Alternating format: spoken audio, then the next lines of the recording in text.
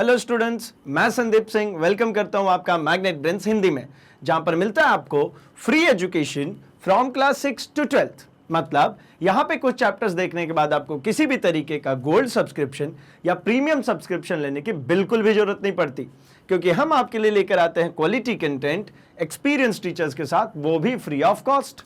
तो जैसा कि हम मिला करते हैं हमारे फिजिक्स सब्जेक्ट के साथ, जो हमारे विज्ञान का ही एक हिस्सा है, और हम देख चुके हैं अब तक में हमारे चैप्टर नंबर 12 के सभी कंसेप्ट वीडियोस को, जहां पे हमने सब कुछ सीखा, एक एक टॉपिक को बहुत आसान तरीके से समझा है, सीखा है।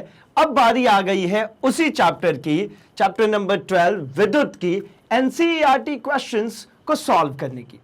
जो हमारे एनसीईआरटी बुक के एक्सरसाइज के क्वेश्चंस है, उनको सॉल्व अगर हम कर लेते हैं तो ये कंफर्म हो जाएगा कि हमने जो सीखा था उसको अप्लाई करना हमें आ गया। तो अल्टीमेटली ये सॉल्यूशन नहीं है, ये कह लें तो ये एप्लीकेशन है जो कुछ भी हमने सीखा है उसका। तो बड़ा ही मजेदार सा सेशन होने वाला भाई, और इस सेशन को कंप्लीट होने के बाद आपको बहुत ही अच्छा वाला कॉन्फिडेंस आने वाला है कि हां, अब ये चैप्टर पूरी तरीके से पैकअप हो चुका है। मतलब इस चैप्टर के हर एक छोटे बड़े कॉन्सेप्ट याद हो गए, उनको अप्लाई कर लिया, कहां किस तरीके से यूज होंगे इनको सीख लिया, कहां पर यूज नहीं होंगे इसको भी सीख लिया। तो मतलब अब तो कॉन्फिडेंस आ ही जाएगा ना इस चैप्टर को लेकर के। तो चलिए शुरू करते हैं हमारे सबसे पहले क्वेश्चन की तरफ, और जो पहले शुरू के 4 से 5 क्वेश्चन जो गिवन है वो हमारे ऑब्जेक्टिव एमसीक्यूज टाइप है। तो ये तो आसान होते हैं, तो आप भाई फटाफट जैसे ही क्वेश्चन आपके सामने फ्लैश होता है, आप अपने आंसर्स कमेंट सेक्शन में देते जाएंगे। चलिए भाई, तो शुरू करें हम अपना पहला क्वेश्चन। प्रतिरोध R के किसी तार के टुकड़े को 5 बराबर भागों में काटा जाता है, फिर इन टुकड़ों को पार्श्व क्रम में संयोजित कर देते हैं। यदि संयोजन का तुल्य प्रतिरोध, जो नया प्रतिरोध आएगा वो R' है, तो R अपॉन R' का अनुपात का मान क्या होगा? ये देखिए क्वेश्चन कितना आसान सा है। अगर आप इसको ध्यानपूर्वक पढ़ते हैं तो ये बड़ा ही आसान सा समझ में आता है, और अगर नहीं पढ़ते, सिंपली जाने देते, तो फिर देखने में लगता है यार पता नहीं क्या कह रहे। तो एक बार जब पढ़ लिया है तो जरा एक एक करके टुकड़ों में बांट बांट करके हम पढ़ते हैं। जब कभी भी हमारे सामने न्यूमेरिकल्स आए ना, तो हमारे हाथ पर थोड़े से फूलने लगते हैं। क्यों फूलते हैं भाई? क्योंकि हम पेन नहीं चलाते, बस इतनी सी बात। अगर हमने उस क्वेश्चन को टुकड़ों में बांट दिया, उसके यूनिट्स को देख करके जो गिवन डेटा है उसको लिख लिया, और क्या निकालना है उसको भी लिख लिया, तो आसानी से समझ में आ जाता है कि इस चैप्टर से जुड़े 2, 3, 4 फॉर्मूले ही तो थे। वो चारों फॉर्मूले को एक एक बार अपने दिमाग में सोच करके अप्लाई करके देख लेंगे कि क्या जो गिवन डेटा है और जो हमसे पूछा जा रहा है उन दोनों के बीच में कुछ रिलेशन है क्या। अगर है तो वही अप्रोप्रिएट फॉर्मूला है, ठीक है ना।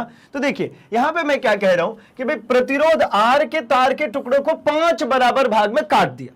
मतलब एक तार है ऐसा, है ना, ये एक लेंथ बोल देता हूं AB। इसका जो प्रतिरोध है वो है हमारा भाई R, है ना। इसका प्रतिरोध किस चीज से डिनोट करे? R से ही कर रहे हैं। तो चलिए मैं इसको पूरा लिख लेता हूं। मैं ऐसा लिख लेता हूं कि ये जो है प्रतिरोध, ये प्रतिरोध कितना है भाई? R। अच्छा, इसको क्या करना है भाई? तो 5 टुकड़ों में बांट दीजिए। तो जो नया प्रतिरोध बनने को आ रहा है वो आ रहा है ऐसा कुछ, नया प्रतिरोध जो आएगा हमारा, वो हर एक तार के टुकड़े करने के बाद कितने का हो जाएगा भाई? तो एक टुकड़ा R/5 का हो गया, दूसरा टुकड़ा भी कितने का हो जाएगा?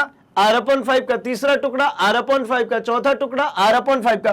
तो मतलब ऐसे कह लो R/5 equals to R1 equals to R2 is equals to R3 is equals to R4 is equals to R5। कहने का मतलब कि ये जो था इसको 5 टुकड़े में बांट दिया, 1, 2, 3, 4, और ये हो गया 5, है ना। तो ये जो प्रतिरोध उत्पन्न करेगा उसको R1 कह दिया, ये R2, ये R3, ये R4, और ये हो गया हमारा R5।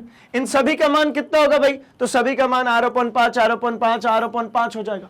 अब क्या कह रहे हैं? अब जरा और बात करते हैं। तो इन टुकड़ों को अगर पार्श्व क्रम में संयोजित करते हैं, पार्श्व क्रम मतलब पैरेलल कॉम्बिनेशन, पार्श्व क्रम का मतलब भाई पैरेलल कॉम्बिनेशन। और पैरेलल कॉम्बिनेशन में क्या होता है? तो भाई पैरेलल कॉम्बिनेशन में हमें फॉर्मूला पता है कि 1/R इक्विवेलेंट का फॉर्मूला होता है। इक्विवेलेंट मतलब क्या होता है भाई? तो ये तुल्य प्रतिरोध, इसी को इक्विवेलेंट कहते हैं, ठीक है ना, तुल्य प्रतिरोध। तो इसका फॉर्मूला क्या होता है? तो आप कहेंगे इसका फॉर्मूला होता है 1/r1 plus 1/r2 plus 1/r3 plus 1/r4 plus 1/r5। भाई जितने भी प्रतिरोध हो 1 के अपॉन में रख के ऐड कर दीजिए सभी को। अच्छा, तो यहां पे एडिशन से हमको क्या मिलेगा भाई? यहां पे देखिए हमको एडिशन से क्या मिल जाएगा, यहां पे मेरे को एडिशन से मिलेगा 1/r1। तो भाई ये r1 किसके बराबर है? r/5 के। तो आप कहेंगे ये हो गया r/5 प्लस 1/r2, मतलब ये भी r/5 plus 1/r/5 plus 1/r/5 plus 1/r/5। क्यों करते जा रहे हैं भाई सभी में इसको? तो ये इसलिए कर रहे हैं क्योंकि सभी प्रतिरोधों का मान समान है। 5 टुकड़ों में एक तार लिया, 5 बराबर टुकड़ों में काट दिया, तो भाई 1/5 ही तो चलेगा। अब क्या कर दूं मैं? तो भाई मुझे 1/r इक्विवेलेंट की वैल्यू चाहिए। ये सभी सेम दिख रहे हैं, तो 1 के अपॉन में कुछ है, उसके भी अपॉन में नीचे कुछ है, तो ये ऊपर आ जाएगा भाई। ये अल्टीमेटली क्या हो जाएगा? तो आप कहेंगे ये 5/r है प्लस 5/r है प्लस 5/r है प्लस 5/r, कितने हो गए भाई? 4 और ये 5। ठीक है ना? ये क्यों ऐसा होता है? तो हमें पता है कि 1/a/b ऐसा लिखा हो, तो ये क्या हो जाएगा भाई? 1/1 इंटू b/a। सिमिलरली यहां पे क्या लिखा था? 1/r/5। तो क्या करेंगे? ये 1/1 इंटू 5/r, तो अल्टीमेटली क्या आ रहा है? 5/r। यही चीज हम लिख रहे हैं यहां पे। ठीक है भाई, चलो तो ये देख लेते हैं यहां से।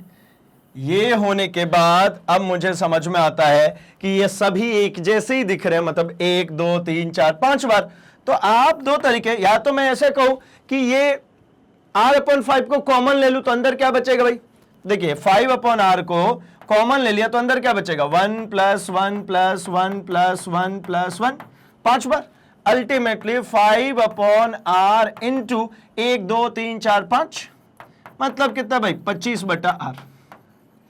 ये अगर ध्यानपूर्वक देखेंगे तो 25/r किसका मान है? तो 1/r इक्विवेलेंट का मान है 25/r। ठीक है, अब अगर मैं r इक्विवेलेंट का मान निकालना चाहूं तो ये r इक्विवेलेंट का मान हो जाएगा r/25। ये रेसिप्रोकल ले लेंगे दोनों तरफ भाई। अब यहां क्या कह रहे हैं? तो यहां पे जो क्वेश्चन है वो क्वेश्चन कुछ इस प्रकार से है कि भाई मुझे आप बताइए r/r' का मान। तो मतलब ये जो r इक्विवेलेंट निकाल रहा हूं, यही r इक्विवेलेंट किसके बराबर है?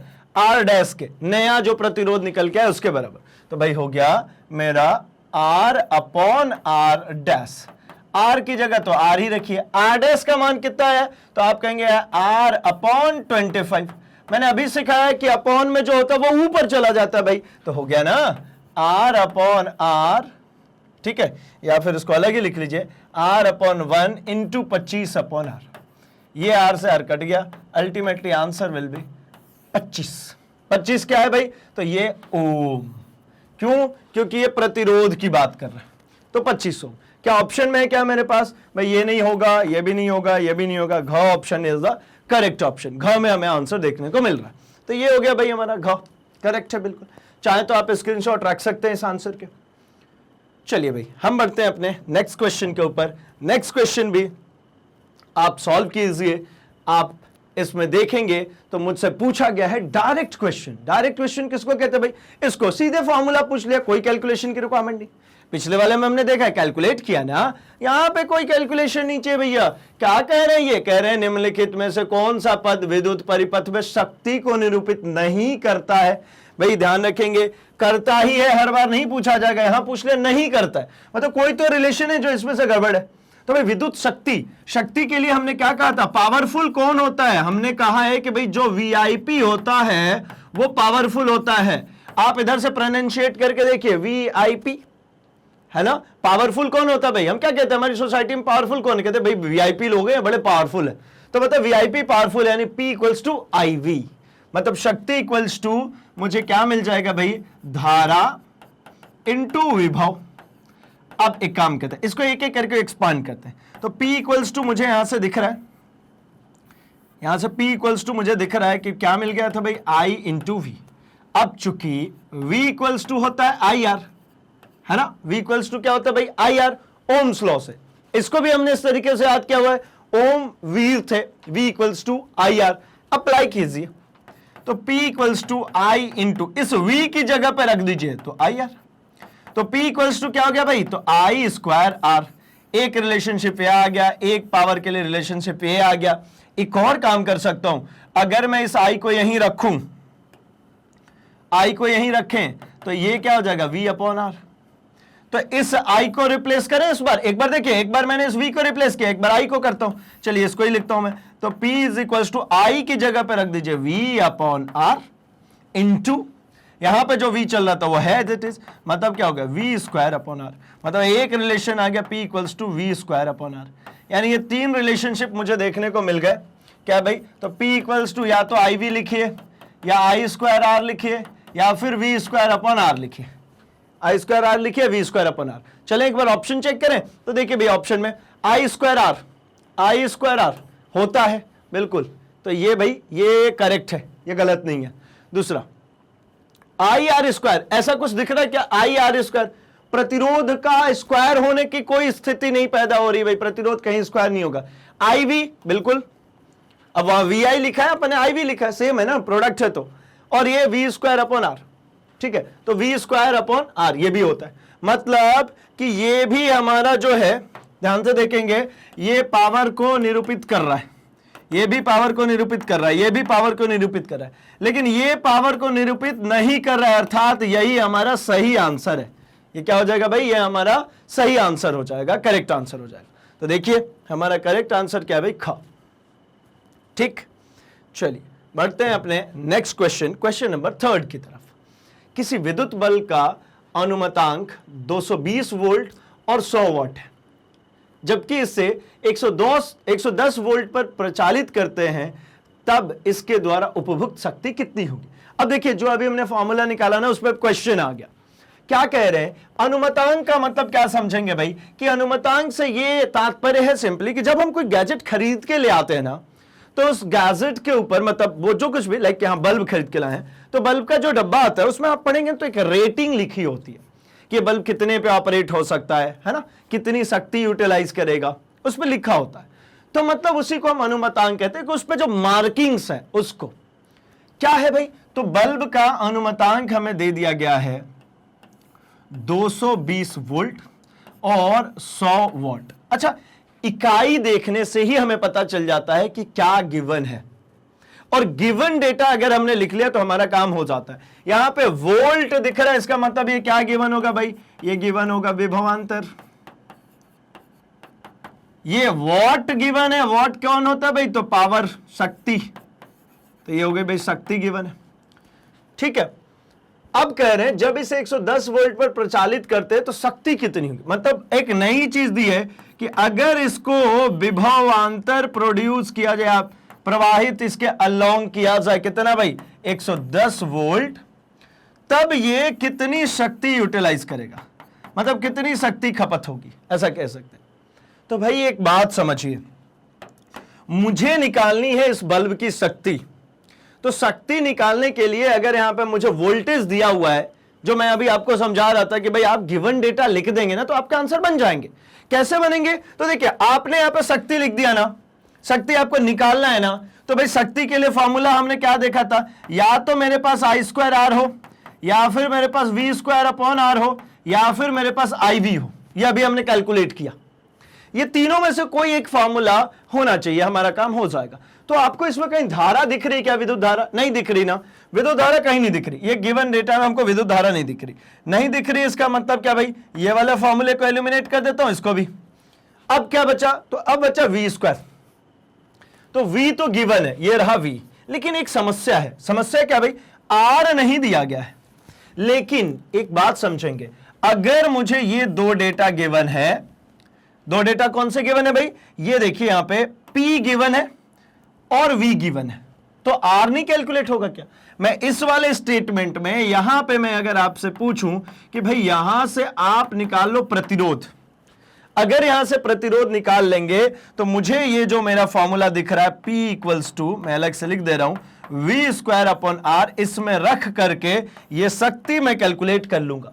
इसके लिए वोल्टेज का मान ये दिया है 110, समझ गए होंगे आई थिंक कि भाई जब कभी भी हम गिवन डेटा लिख लें और क्या निकालना है लिख लें, इसके बाद जो पॉसिबल फॉर्मूलेज है लिख दीजिए, अपने आप एलिमिनेट हो जाएगा। भाई धारा नहीं पता था, एलिमिनेट कर दिया दो को, एक ही ऑप्शन बचा। उस ऑप्शन में भी मेरे को पता लगा भाई आर नहीं है, आर नहीं है तो मुझे कैलकुलेट करना पड़ेगा। तो आर के लिए कोई इंफॉर्मेशन है क्या, तो मेरे को फॉर्मूला मिला P equals to V square upon R. 3 लोग थे, P V R, है ना। तो इसमें से मुझे क्या दिख रहा है, तो मुझे दिख रहा है भाई कि यहां पे, अगर यहां पे दिख रहा है तो यहां पे दिख रहा है मुझे कि भाई यहां पे V है, यहां P है, और यहां से मैं अगर R कैलकुलेट कर लेता हूं तो हमारा काम हो जाएगा।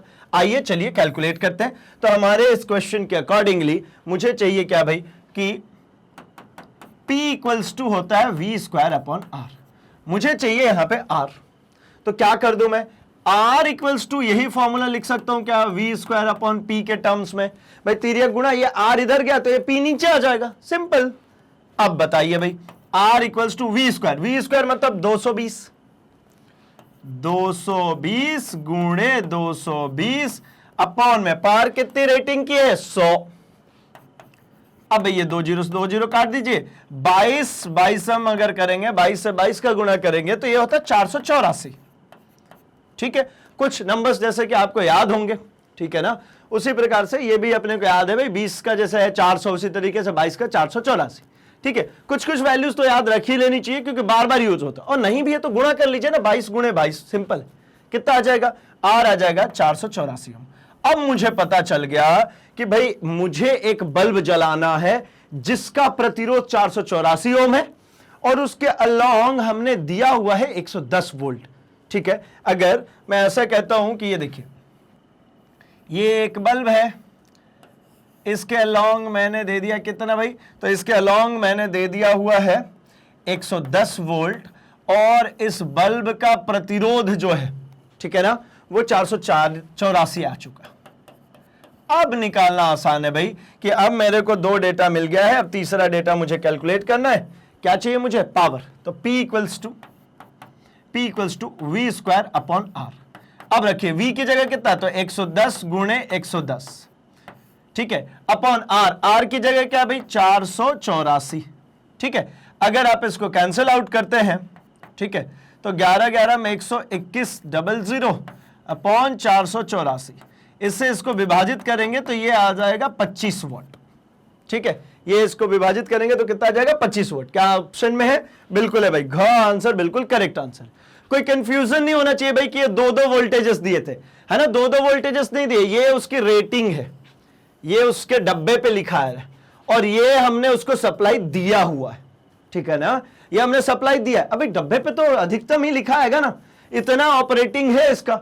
अब जरूरी थोड़ी है कि उतना ही मेरे पास अवेलेबल होगा, भाई कम भी होगा तो भी चलेगा ना बल्ब। तो ये रहा, ठीक, तो आंसर चेक कर लेते भाई, 25 वोल्ट करेक्ट है। चाहे तो इसके भी स्क्रीनशॉट रख सकते भाई, क्योंकि हम बढ़ेंगे अपने अगले क्वेश्चन की तरफ, क्वेश्चन नंबर 4। चौथे क्वेश्चन में आइए देखते हैं क्या है। चौथा क्वेश्चन कह रहा है 2 चालक तार, है ना, जिनके पदार्थ, लंबाई तथा व्यास समान है, किसी विद्युत परिपथ में पहले श्रेणी क्रम में फिर पार्श्व क्रम में संयोजित किए जाते हैं। श्रेणी क्रम तथा पार्श्व क्रम संयोजन में उत्पन्न ऊष्माओं का अनुपात क्या होगा। यहां पे सिंपली एक चीज पूछना चाह रहे हैं हमसे। देखिए, ये जो क्वेश्चन होते हैं ना, इस टाइप के जो क्वेश्चन होते हैं, वो एक्चुअल में हमारे पूरे कॉन्सेप्ट चेक कर लेते हैं। ठीक है ना, क्या क्या इसमें चेक कर लिया गया हमसे। तो देखिए, पहला तो ये कि 2 चालक तार जिनके पदार्थ की लंबाई तथा व्यास समान है, मतलब जो हमने प्रतिरोध के लिए एक टर्म पढ़ा था, ठीक है, R equals to rho L upon A, इनकी बात कर ली, है ना, उसका पदार्थ सेम है मतलब रो सेम है, लंबाई सेम है, व्यास सेम है मतलब एरिया सेम है। विद्युत परिपथ में पहले श्रेणी क्रम में और फिर पार्श्व क्रम में संयोजित किया जाता है। तो फिर से उन्होंने चेक कर लिया भाई parallel combination and series combination. इसके बाद उन्होंने कहा कि उत्पन्न ऊष्माओं का अनुपात बता दीजिए, मतलब हीट कितना प्रोड्यूस होगा। तो चलिए हम एक काम करते हैं, जरा शुरू करते हैं कि भाई 2 चालक तार है जिनके पदार्थ, लंबाई सब कुछ सेम है। तो दोनों चालक तार, मान लीजिए ये एक चालक तार है ए बी आर प्रतिरोध का, एक दूसरा चालक तार है ये भी आर प्रतिरोध का होगा, मान लेता हूं इसकी लेंथ है सी डी, लेकिन ये दोनों की लेंथ वेंथ सब कुछ समान है, इसकी जो लेंथ वही लेंथ, मतलब दोनों का प्रतिरोध कैसा हो गया, सेम। अब विद्युत परिपथ में पहले श्रेणी क्रम में जोड़ते हैं, तो इसको पहले श्रेणी क्रम में जोड़ देते हैं। तो श्रेणी क्रम में कुल प्रतिरोध कितना आता है भाई, तो श्रेणी क्रम में जब हम प्रतिरोध कैलकुलेट करते हैं तो आर एस लिख लेता हूं श्रेणी क्रम के लिए। ये कितना होता है भाई, सीधे सीधे जोड़ दीजिए R1 प्लस R2, तो यहां पे दोनों R ही है तो R प्लस R मतलब 2R, मतलब RS कितना आ गया भाई, ये आ गया 2R। चलिए एक बात तो हमें कैलकुलेट हो गई। अब क्या करें भाई, तो अब जरा कैलकुलेट कर लेते हैं पैरेलल कॉम्बिनेशन में। तो पैरेलल कॉम्बिनेशन में हमें पता है कि भाई जब समांतर क्रम में जोड़ते हैं, ठीक है, पार्श्व क्रम भी जिसको कहते हैं, तो भाई पार्श्व क्रम कहें या समांतर क्रम कहते हैं, इसमें अगर आप बात करेंगे, ये दोनों एक ही नाम है भाई, तो समांतर क्रम में कुल प्रतिरोध हो जाता है 1/R equivalent is equals to 1/R1 plus 1/R2। अब चूंकि हमें क्या गिवन है भाई, दोनों ही सेम, तो इसको RP लिख लेता हूं, इसको RP, P मतलब पैरेलल। ये कितना हो जाएगा 1/R प्लस 1/R, जोड़ेंगे तो कितना हो जाएगा भाई 2/R, 1/RP की वैल्यू आ गई 2/R, तो RP की वैल्यू कितनी आ जाएगी, तो R/2। अगर ध्यानपूर्वक देखेंगे तो भाई ये देखिए ना 1/R प्लस 1/R, भाई दो बार है ना, तो 2/R। अच्छा ये 1/RP की वैल्यू थी, तो दोनों तरफ क्या करेंगे व्युत्क्रम, तो इसका भी उल्टा हो जाएगा, है ना, इसका उल्टा होगा तो इसका भी उल्टा, मतलब क्या हो गया R/2। सिंपल है। अब क्या कर दिया जाए, तो अब जो इन्होंने क्वेश्चन में कहा है उस पे अब आगे बढ़ते हैं। इन्होंने क्वेश्चन में अब कहा हुआ है कि श्रेणी क्रम तथा पार्श्व क्रम संयोजन में उत्पन्न ऊष्माओं का अनुपात क्या होगा। इन्होंने हमसे ये नहीं पूछा, इन्होंने हमसे क्या पूछा, हीट कितना प्रोड्यूस होगा। तो H इक्वल्स टू कितना होता है भाई, H इक्वल्स टू होता है हमारा, H equals to power into time. ठीक है, अब पावर इंटू टाइम करते हैं तो पावर की वैल्यू, P की वैल्यू कितनी लिखी थी अभी, V²/R इंटू टी, ये हमारा निकल गया हीट का फॉर्मूला। अब इसी को यूज करते हैं, ठीक है ना, जो इन्होंने पूछा है कि सीरीज और पैरेलल में जब यूज करेंगे तो हीट कितना प्रोड्यूस होगा। तो भाई हीट इतना प्रोड्यूस होगा भाई HS/HP, ठीक है, ऐसे ही निकालते हैं रेशियो। तो HS की वैल्यू कितनी होगी भाई 2R है, तो मतलब ये हो जाएगा V²/2R into T upon HP। HP कितना भाई, तो V²/R, R की जगह यहां पे R/2 है ना, R की जगह क्या आ गया R/2, तो V²/R/2 इंटू टी। अब इसको थोड़ा सिंप्लीफाइड करते हैं, तो सिंप्लीफाइड करने के लिए काम करते हैं, V²/2R इंटू टी, ये ऊपर वाला टर्म हो गया भाई, ये 2R नीचे आ गया, ठीक है ना। अब नीचे वाली टर्म लिखता हूं, तो नीचे वाली टर्म में देखिए V² इंटू टी तो दिख ही रहा है। अब ये R/2 नीचे, तो पूरा का पूरा टर्म ऊपर चला जाएगा, ऊपर जाएगा मतलब क्या हो जाएगा भाई, ये R/2। अब काट पीट कर दीजिए, क्या कटेगा पिटेगा, तो ये दिख रहा है मुझे, ये V² से V² कैंसिल, ये T से T कैंसिल, है ना, इस R से ये R भी कैंसिल, अल्टीमेटली मुझे देखने को मिल गया, ये आ गया भाई 1/4। ठीक है, कितना आ गया 1/4, मतलब HS/HP इज इक्वल्स टू 1/4, या यूं कहूं HS ratio HP is equals to 1/4। ये हो जाता है हमारा फाइनल आंसर। तो चलिए भाई चेक कर लिया जाए, तो हमारा जो है ग ऑप्शन बिल्कुल करेक्ट ऑप्शन। अब चाहें तो इसका स्क्रीनशॉट रख सकते हैं भाई, क्योंकि हम बढ़ेंगे अपने नेक्स्ट क्वेश्चन नंबर 5 पे। हमारा अगला क्वेश्चन है, किसी विद्युत परिपथ में दो बिंदुओं के बीच विभवांतर मापने के लिए वोल्ट मीटर को किस प्रकार संयोजित किया जाता है। अब देखिए भाई कितना सिंपल सा आंसर है भाई, वोल्ट मीटर कहां यूज करेंगे, तो वोल्ट मीटर चूंकि दो बिंदुओं के बीच का विभव का अंतर है, और विभव का अंतर हमेशा ही पैरेलल में संयोजित करके नापा जाता है भाई। विभव का अंतर हमेशा कहां नापेंगे, पैरेलल में संयोजित करके। और यहीं पे एक चीज सिखाते चलूं कि अगर मुझे एमीटर यूज करना होगा, धारा का प्रवाह कितना है, वो कितनी तेजी से चल रही है, इस बात का ज्ञात करना होगा, तो हमें उस धारा में उतरना पड़ेगा, है ना। हमने इसी तरीके से करके याद किया हुआ इसको कि भाई जब है ना पानी बहुत तेजी से बह रहा है, अब उस पानी का बहाव पता करना है, तो क्या करें, उसके अंदर उतर के देखते हैं। और जब मुझे यह देखना है कि यार एक टंकी है, इस टंकी में कितने हाइट तक पानी भरा हुआ है, तो आप किधर से देखेंगे, इसके पैरेलल, इसके सम्मुख यहां खड़े होकर के ही देखेंगे ना कि भाई इस टंकी में कितना पानी है। तो मतलब इसके कैसे हो गए आप इसके समांतर हो गए, आप इसके हाइट का डिफरेंस नाप रहे हैं। हाइट के डिफरेंस का मतलब ही तो होता है क्या भाई, जैसे यहां पे हम हाइट डिफरेंस कह रहे हैं, वैसे इसको पोटेंशियल डिफरेंस कहते हैं।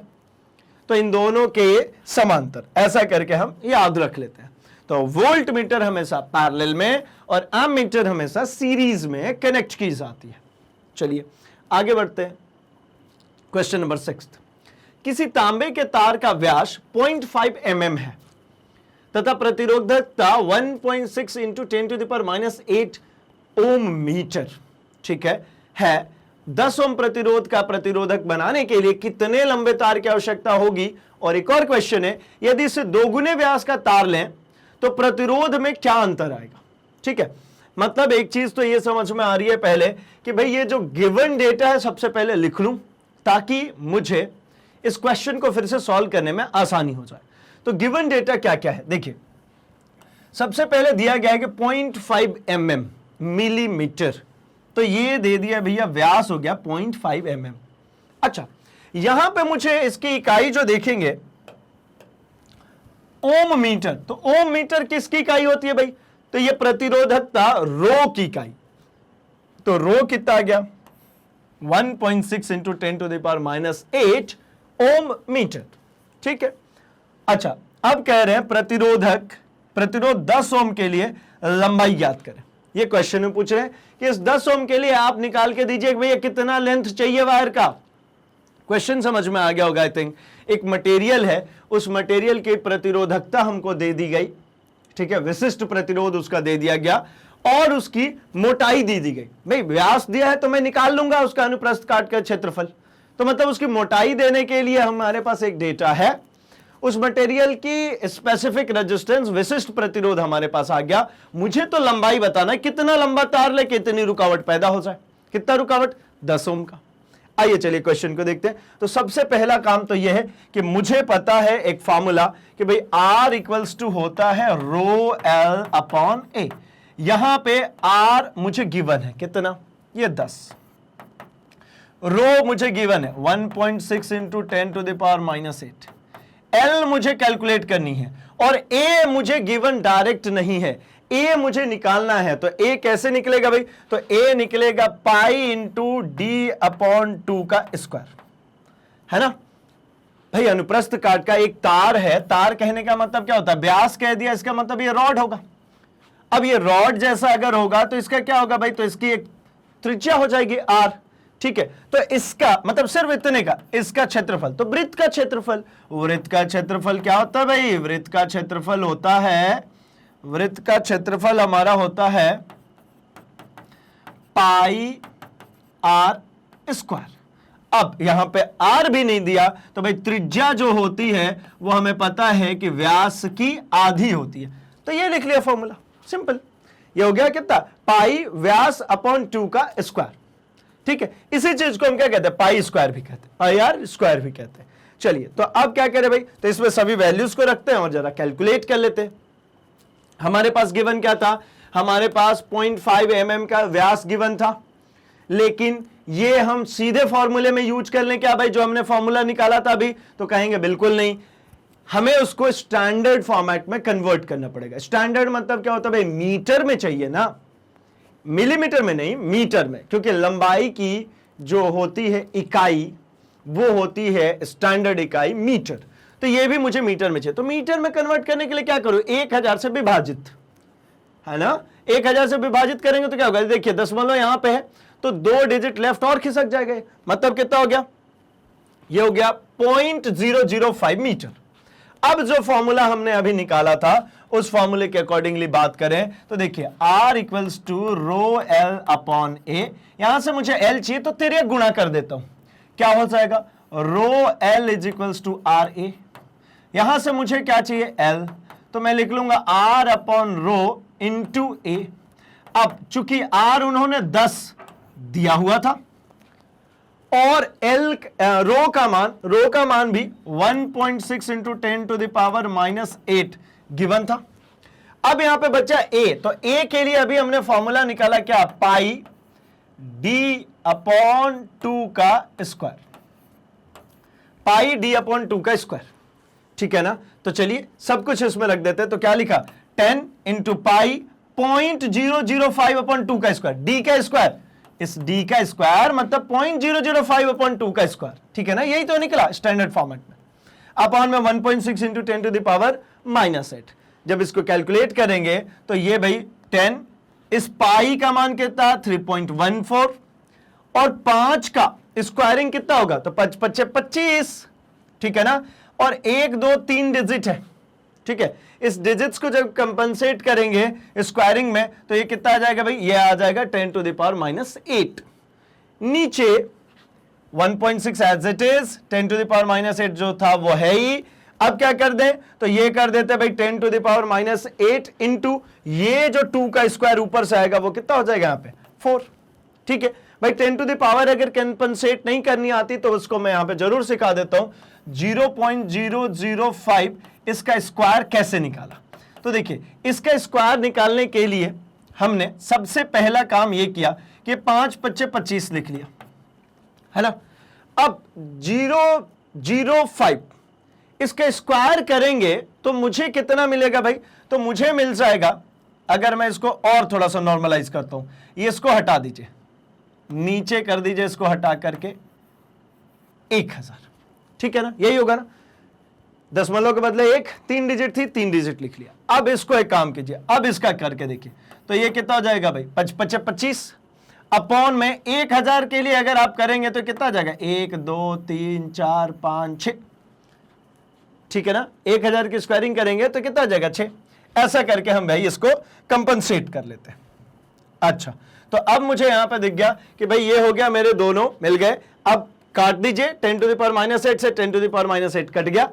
10 इंटू 3.14 इंटू 25 अपॉन 4 इंटू 1.6, जब इसको कैलकुलेट करेंगे तो मुझे मिल जाएगा 122.72 मीटर।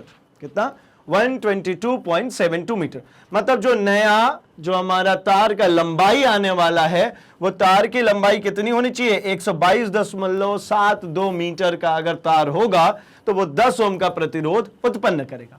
अच्छा, एक और क्वेश्चन था कि व्यास का मान अगर दोगुना कर दे तो प्रतिरोध का मान कितना हो जाएगा। व्यास का मान दोगुना करेंगे तो प्रतिरोध का जो मान है वो भाई हो जाएगा 1/4, कितना 1/4 रह जाएगा, ठीक है ना। प्रतिरोध का मान कितना हो जाएगा 1/4। चलिए आगे बढ़ते हैं हम अगले क्वेश्चन की तरफ। क्वेश्चन नंबर 7, किसी प्रतिरोधक के सिरों के बीच विभवांतर V के विभिन्न मानों के लिए उससे प्रवाहित विद्युत धाराओं के I के संगत मान आगे दिए गए हैं। ये हमें I मतलब जो विद्युत धारा है उसके संगत मान दिए गए। अब कह रहे हैं कि V और I के बीच में ग्राफ खींचकर इस प्रतिरोधक का प्रतिरोध ज्ञात कीजिए। तो चलिए भाई सबसे पहले ग्राफ जरा देख लेते हैं, फिर इसके बाद हम काम करेंगे क्या कि इसमें उसके स्लोप के जरिए हम निकाल लेंगे इसके प्रतिरोध की वैल्यू। तो ग्राफ ड्रॉ करने के लिए क्या करते हैं, तो सबसे पहले देखिए हम इसमें बनाते हैं भाई दो अक्ष, एक एक्स अक्ष और एक वाई अक्ष। यहाँ पे एक्स और वाई, वाई अक्ष पे हमेशा जो वैल्यू आएगी वो आएगी विद्युत धारा की, यहाँ पे आई रखेंगे, और एक्स अक्ष पे जो रखेंगे वो रखेंगे विभव को। अब चूंकि यहां पे देखिए 1.6, 3.4, 6.7, 10.2 और 13.2 दी हुई, तो मैं इसको ऐसे बांट लेता हूं छोटे छोटे टुकड़ों में। मैं 2, 4, 6, 8, 10, 12 ऐसे ही करके हम ग्राफ बनाते भाई। ठीक उसी प्रकार से अगर हम करंट की बात करें तो 0.5, 1, 2, 3, 4 ऐसा करके चल रहा है। तो अगर मैं इसको प्लॉट करता हूं तो मैं यहां से बनाना शुरू कर देता हूं। मैं इसको 1 लिख देता हूं, इसको 2, इसको 3, इसको 4 ऐसा करके।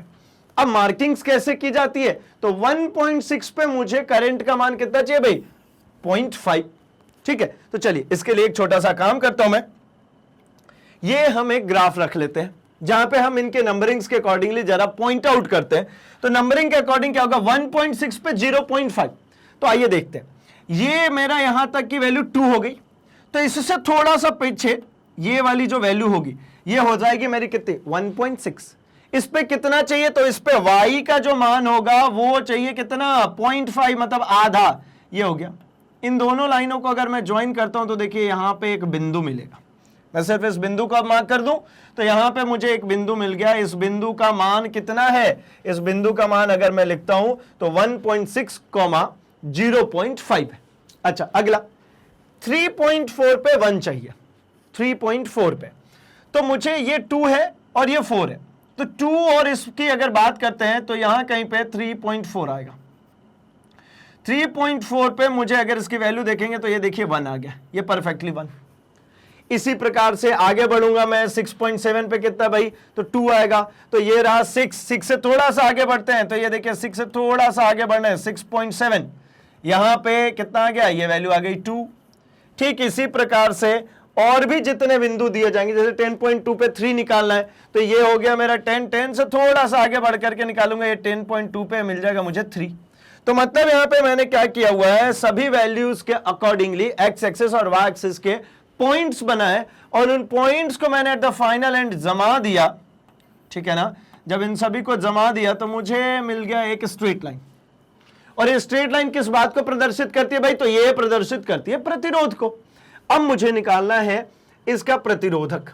तो भाई प्रतिरोधक निकालने के लिए इस प्रतिरोधक का प्रतिरोध ज्ञात कीजिए, प्रतिरोध निकालना। तो ये प्रतिरोध ही तो है, ये क्या है, प्रतिरोध। तो अब इससे वैल्यू कैसे एनालाइज करें, तो वैल्यू एनालाइज करने के लिए किसी प्रतिरोध के लिए या कहीं पर भी अगर आपके पास में एक ग्राफ दिया जाता है, तो उस ग्राफ से जब निकालना होता है वैल्यू, तो हम निकालते हैं स्लोप। हम क्या निकालते हैं भाई, हम निकालते हैं ढाल। ये ढाल किस बात को यहां प्रदर्शित कर रहा है, ये ढाल प्रदर्शित कर रहा है प्रतिरोध को। अब प्रतिरोध का ढाल निकालना है, तो ढाल के लिए एक काम किया हमने, इसमें 2 पॉइंट्स मार्क कर लिए, and that the point is, यहां पे हमने लिखा है क्या, ए, और ये है एक पॉइंट बी, ये 2 पॉइंट हो गए। इन दोनों पॉइंट से हमने इसको ऐसा ज्वाइन कर दिया, ये ज्वाइन हो गया। अब अगर आप ध्यानपूर्वक देखें तो ये एक त्रिभुज दिख रहा होगा, ये क्या दिख रहा है, एक त्रिभुज। इस त्रिभुज में मुझे ढाल निकालना है, स्लोप निकालना है, या यूं कहूं मुझे ये थीटा निकालना है। अब तो अब ये थीटा कैसे निकलेगा भाई, तो कोण बराबर होता है क्या, चाप बटा त्रिज्या। तो चाप यहां पे क्या हो जाएगा भाई, तो यहां पे एक नाम देता हूं, ये ABC कर देता हूं। तो यहां पे प्रतिरोध ढाल जो निकालना, थीटा जो निकाला, उसके लिए क्या मिल जाएगा मुझे, तो मुझे मिल जाएगा यहां पर भाई जो AC, ठीक है, अपॉन BC। ठीक है, क्या कर दूं भाई, तो यहां पे जो वैल्यूज मुझे गिवन है उसको रखता हूं मैं। कितना है AC की वैल्यू, तो 6.8। कैसे निकालेंगे 6.8, तो देखिए कोई सा भी 2 पॉइंट उठा करके रख लेते। ये जो लाइन थी ये कितनी थी, 10.2, ये जो लाइन है कितनी है, 10.2। इसमें से मैंने माइनस कर दिया ये वाला पॉइंट, ये कौन सा पॉइंट था भाई, ये पॉइंट था मेरा 3.4। ठीक है ना, तो मैंने यहां पे क्या लिखा, 10.2 माइनस 3.4 अपॉन में क्या चलेगा भाई, तो इसमें से अब माइनस इसको करना पड़ेगा। ठीक है, जब इसमें से इसको माइनस किया तो इसमें से इसको माइनस करेंगे, कितना भाई, तो 3 - 1। इसको अगर और मैं लिखना चाहूं तो मैं ऐसा लिख सकता हूं भाई, V2 - V1 upon I2 - I1, यही किया है। अब इसको माइनस कीजिए, 3.2 में से 3.4 को अगर माइनस करते हैं तो यह आता है 6.8, और 3 में से 1 गया, कितना बचेगा, 2। अगर इसको डिवाइड करेंगे तो यह आ जाएगा 3.4 ओम, 3.4 ओम। मतलब इसका प्रतिरोध कितना हो जाएगा भाई, इसका प्रतिरोध हो जाएगा 3.4 ओम। क्लियर होगा, चलिए, तो मैंने यहां से कैलकुलेट कर लिया, इसको भी, ये वैल्यू भी मुझे मिल गई भाई। हम बढ़ते हैं अपने क्वेश्चन नंबर 8 की तरफ, 8वें प्रश्न पे पहुंचते हैं। 8वां जो मेरा प्रश्न है वो कह रहा है भाई, किसी अज्ञात प्रतिरोध के प्रतिरोधक के सिरों से 12 वोल्ट की बैटरी को संयोजित करने पर परिपथ में 2 मिली एम्पियर, ध्यान रखेंगे ये एम्पियर नहीं है, मिली एम्पियर है। ठीक है, विद्युत धारा प्रवाहित होती है, प्रतिरोधक के प्रतिरोध की परिकल्पना कीजिए। भाई एक बात समझिए, मैंने एक प्रतिरोध लिया, ये अज्ञात है, इसकी वैल्यू नहीं पता, ऐसा ही तो ये कह रहे हैं। इसके दोनों सिरों के अलोंग मैंने 12 वोल्ट लगा दिए, ये लगा दिया मैंने 12 वोल्ट इनके दोनों सिरों के अलोंग। अच्छा, मान लेता हूं ये R प्रतिरोध है, तो इसमें से कह रहे हैं कि धारा प्रवाहित हो गई 2.5 मिली एम्पियर की। अब मैं जरा कुछ काम कर लेता हूं, इसके लिए दिया गया है, यही तो करते आए ना हर बार, दिया गया है क्या, धारा I कितना, 2.5 मिली एम्पियर। अब मैं कहूं इसको एम्पियर में चेंज कीजिए, तो मिली से एम्पियर में जाएगा, मतलब इसको क्या करना पड़ेगा, 2.5 × 10⁻³ 1000 से विभाजित, तो विभाजित करने को हम ऊपर लिखते हैं तो क्या लिख लेते हैं, -3 एम्पियर। अच्छा, अब मुझे V वोल्ट दिया है, मतलब ये विभवांतर दिया हुआ है मुझे कितना 12 वोल्ट, और मुझसे मांग रहा भैया R। अब इससे सिंपल क्वेश्चन क्या ही हो सकता है, ये कितना सिंपल हो गया भाई, ये तो सिंपल ना, VI दिया और R मांग रहे, ये किसके ऊपर बेस्ड है, ओम्स लॉ। ओम्स लॉ क्या कहते हैं भाई, ओम कौन थे, तो ओम वीर थे, हम तो यही याद करते हुए आ रहे हैं, ओम के नियम से, ओम के नियम से ओम वीर थे, वीर मतलब V इक्वल्स टू IR।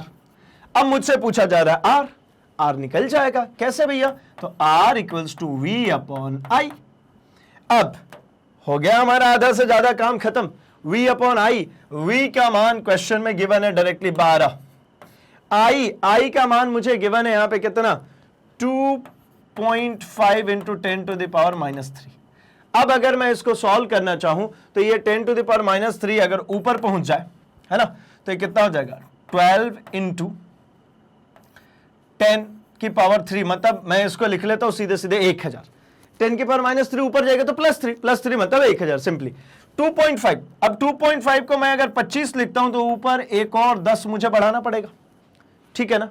अब 25 ये आ चुका है, अगर 25 से इसको काटते हैं तो ये कितने बार में कट जाना चाहिए भाई, तो 25 से 4 बार में 100 कट जाएगा, 2 जीरो और दिख रहे हैं, 2 जीरो और हो गए, ठीक है ना। 25 से 4 बार में 100, एक ये जीरो 100, 12 से 4 बार में कितना हो जाएगा भाई 48, और कितने 2 जीरो और लग गए, ये हो गया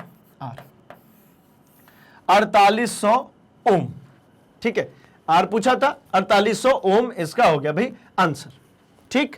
अगर इसी को अगर हमसे पूछा जाए कि भाई थोड़ा छोटा करके लिखिए, किलो ओम में लिख के बताइए, तो किलो ओम में क्या करेंगे, तो भाई इसको डिवाइड कर देंगे अगर हम 1000 से, तो एक किलो में बदल जाएगा, तो किलो में बदलने के लिए कितना हो जाएगा 4.800, तो अब इस 00 का कोई औचित्य रह नहीं जाएगा, किलो ओम, ये भी आंसर चलेगा भाई, ठीक है ना। हम थोड़ा बहुत यूनिट कन्वर्जन भी देखते रहे, ये क्यों कर लिया, ये इन्होंने किया था मिली एम्पियर, तो हम भी करेंगे भाई आंसर में, हम भी थोड़ा बहुत तो चेंज कर ही सकते हैं ना, तो हमने किलो ओम कर लिया। ऐसा जरूरी नहीं है कि आप एग्जाम में ऐसा किलो ओम में चेंज करें, जस्ट फॉर इंफॉर्मेशन आपके लिए मैंने यहां पे चेंज कर दिया, ठीक है।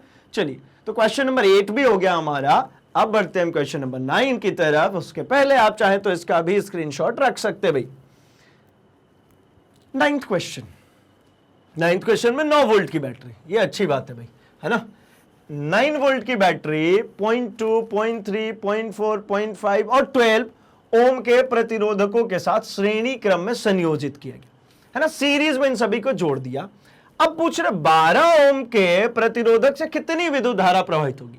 तो भाई पहली बात तो ये कि हम अगर इनको ऐसा प्लॉट करें सीरीज कॉम्बिनेशन में, कितने हैं भाई 1 2 3 4 5, ये हो गया 4, एक और बना लेते हैं। तो सीरीज कॉम्बिनेशन में तो हमने ऐसा सीखा है कि जितनी भी विद्युत धारा जाएगी वो सब में से सेम जाएगी। अब भले आप ये कहें कि इसका मान कितना था भाई, इसका मान था 0.2 ओम, इसका मान 0.3 ओम, इसका मान 0.4 ओम, इसका मान 0.5 ओम और इसका मान 12 ओम। लेकिन अच्छा 9 वोल्ट की बैटरी भी यहां लगाते, लेकिन इसमें से जो धारा आई जाएगी वही इसमें से भी, इसमें से भी, इसमें से भी, इसमें से भी, इसमें से भी और वापस भी उतनी आएगी। क्यों? क्योंकि सीरीज में करंट डिस्ट्रीब्यूट नहीं होता। करंट के लिए हमने क्या बात किया था भाई कि विद्युत धारा मतलब पानी। पानी मतलब क्या कि भाई अगर हम एक पाइप से ऐसे पानी बहा के लिए चल रहे हैं और यहां पे एक ऐसा हब लगा दिया, एक पाइप यहां से इधर चला गया, दूसरा पाइप इधर चला गया, अब इसको दिक्कत हो गई। अब ये पानी जो जाएगा भाई आधा इधर बढ़ जाएगा, आधा इधर बढ़ जाएगा, या फिर डिपेंड करेगा कितना प्रतिशत पानी बटे उस पर कि ये पाइप कैसा है। अगर ज्यादा रुकावट होगा तो कम पानी जाएगा और कम रुकावट होगा उसमें से ज्यादा पानी जाएगा।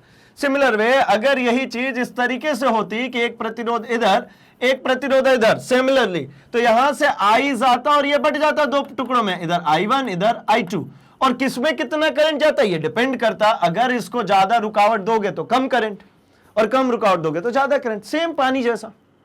लेकिन अगर पाइप एक ऐसा ही है सीधा पाइप और इस पाइप में एक नल इधर एक नल इधर एक नल इधर एक नल इधर ऐसा कनेक्ट कर दी, तो भाई क्या फर्क पड़ता है, सभी नलों में पानी तो यहीं से जाएगा ना, एक ही पानी जाएगा। ठीक है ना। तो मतलब एक बात ध्यान में रखेंगे, जब सीरीज कॉम्बिनेशन में कनेक्ट करेंगे तो आई डिस्ट्रीब्यूट नहीं होगा। तो डिस्ट्रीब्यूट क्या हो जाएगा भाई, तो डिस्ट्रीब्यूट हो जाएगा यहां पे पोटेंशियल। क्या डिस्ट्रीब्यूट हो जाएगा, पोटेंशियल। और पैरेलल में क्या डिस्ट्रीब्यूट हो गया है, करंट। पैरेलल में अगर करंट डिस्ट्रीब्यूट होगा तो V इसमें कांस्टेंट रहेगा, V हमेशा इसमें सेम रहेगा। कब, पैरेलल में। और इसमें अगर I कांस्टेंट हो गया है, I क्या हो गया भाई, कांस्टेंट, तो यहां बटेगा कौन, यहां बटेगा V। यहां V1, यहां V2, यहां V3, यहां V4, यहां V5, ये बट जाएगा। ठीक है। अच्छा एक और बात, V इक्वल्स टू IR होता है ना। इनमें से कोई एक कांस्टेंट होगा, दो को तो वेरिएबल होना ही पड़ेगा ना। अब मुझे दिख रहा है कि ये R बट चुका है, मतलब ये वेरिएबल हो चुका है। अब बच्चा या तो V या फिर I।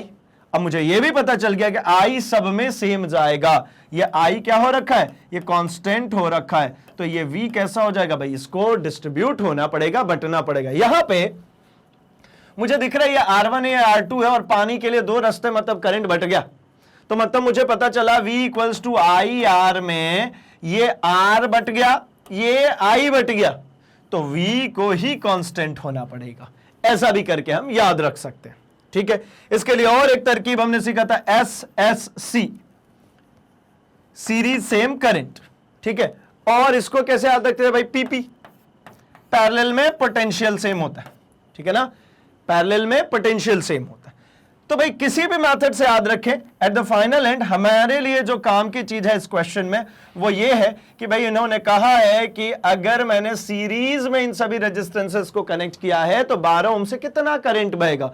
तो भाई 12 ओम से उतना ही करंट बहेगा जितना इस पूरी सर्किट में बह रहा है। तो पूरी सर्किट में निकालने के लिए मुझे निकालना पड़ेगा करंट। तो चलिए निकालते हैं। सबसे पहले तो मैं निकाल लेता हूं प्रतिरोध। वो भी कैसा प्रतिरोध भाई, तो तुल्य प्रतिरोध। तुल्य प्रतिरोध क्यों, क्योंकि मुझे जब करंट चाहिए तो इन सभी रेजिस्टेंसेस को हटा के एक रेजिस्टेंस निकालना पड़ता है, जिसको हम R इक्विवेलेंट के भी नाम से जानते हैं। और फॉर्मूला क्या होता है भाई, अगर प्रतिरोध सीधा सीधा दिया है तो सीधे सीधे जोड़ दीजिए। अगर ऊपर नीचे दिया है, ठीक है, अगर ऊपर नीचे दिया, ऊपर नीचे मतलब क्या भाई, पैरेलल में, तो उसको जोड़ते भी ऊपर नीचे ही है, मतलब 1/R1 प्लस 1/R2। सीरीज में गिवन है तो सीरीज में सीधे सीधे ऐड, मतलब R equivalent equals to R1 plus R2 plus R3 plus R4 and R5, जो गिवन है क्वेश्चन में रखते हैं। क्या है भाई, तो ये है 0.2 प्लस 0.3 प्लस 0.4 प्लस 0.5 प्लस 12। ठीक है, सब पॉइंट में चल रहे थे, एक 12 पता नहीं कहां से आ गया भाई। चलो कोई बात नहीं, करें ऐड। 3 2 5, 5 10 और 4 14, है ना। तो मतलब कितना हो गया भाई, 13.4। ठीक है ना, 12 ये, 5 और ये 5 10, 4 14, मतलब 12 और 1 13, 13.4। ये मुझे निकल गया भैया यहाँ पे R इक्विवेलेंट की वैल्यू। अच्छा भाई, अब ये निकल गया तो मेरा काम हो गया आसान। क्या, ओम के नियम से। ओम के नियम से, ओम के नियम से क्या पता है भाई हमें, तो ओम के नियम से हमें यह ज्ञात है कि भाई हम कहते हैं कि हमारे ओम बड़े वीर थे, मतलब V इक्वल्स टू IR। मुझसे मांग रहे हैं ये I, तो I equals to V upon R, I equals to V upon R। अब V का मान कितना भाई, 9। चलो भैया ये हो गया 9 अपॉन R का मान कितना भाई, तो R का मान मुझे मिला है 13.4। ठीक है, तो यहां से ये निकल के आ जाएगा भाई I का मान 9 अपॉन 13.4 एम्पियर। ठीक है, ये हमारा कैलकुलेट होकर के आ गया। ठीक है, अगर हम चाहें तो इसको और डेसिमल में भी कैलकुलेट कर सकते हैं। डेसिमल में तकरीबन I इक्वल्स टू 0.067 के आसपास ये मुझे मिल जाएगा। ठीक है, 0.067, ये करीब करीब इतने के बराबर आ जाएगा भाई, इतना एम्पियर। आप चाहें तो इसको डिवाइड कर लेंगे, आपको ये वैल्यू भी मिल जाएगी। चलिए, आई होप कि ये भी समझ में आ चुका है। इसमें भी कुछ था नहीं, बस आपको ये कैलकुलेशन पोर्शन और एक छोटी सी ट्रिक आपको दिमाग में ये रखनी थी कि भाई ये जो I इक्वल्स टू जो धारा मिल रही है, यही धारा 12 ओम से भी जाएगी। ठीक है ना, अतः यही धारा 12 ओम से भी जाएगी, मतलब कोई परिवर्तन नहीं होने वाला। ठीक है, क्योंकि इसमें करंट सेम रहता है। चलिए भैया, बढ़ते हैं अपने अगले प्रश्न की तरफ। प्रश्न संख्या 10। 176 ओम के प्रतिरोध के कितने प्रतिरोधक को पार्श्व क्रम में संयोजित करें कि 220 वोल्ट के विद्युत स्रोत संयोजन से 5 एम्पियर की धारा प्रवाहित हो। अच्छा, ये थोड़ा सा अच्छा सा क्वेश्चन दिख रहा है। क्या कह रहा है भाई, 176 प्रतिरोध, मतलब एक आर का मान दे दिया 176 ओम, कितने को संयोजित करें और किस में संयोजित करना भाई, पैरेलल में।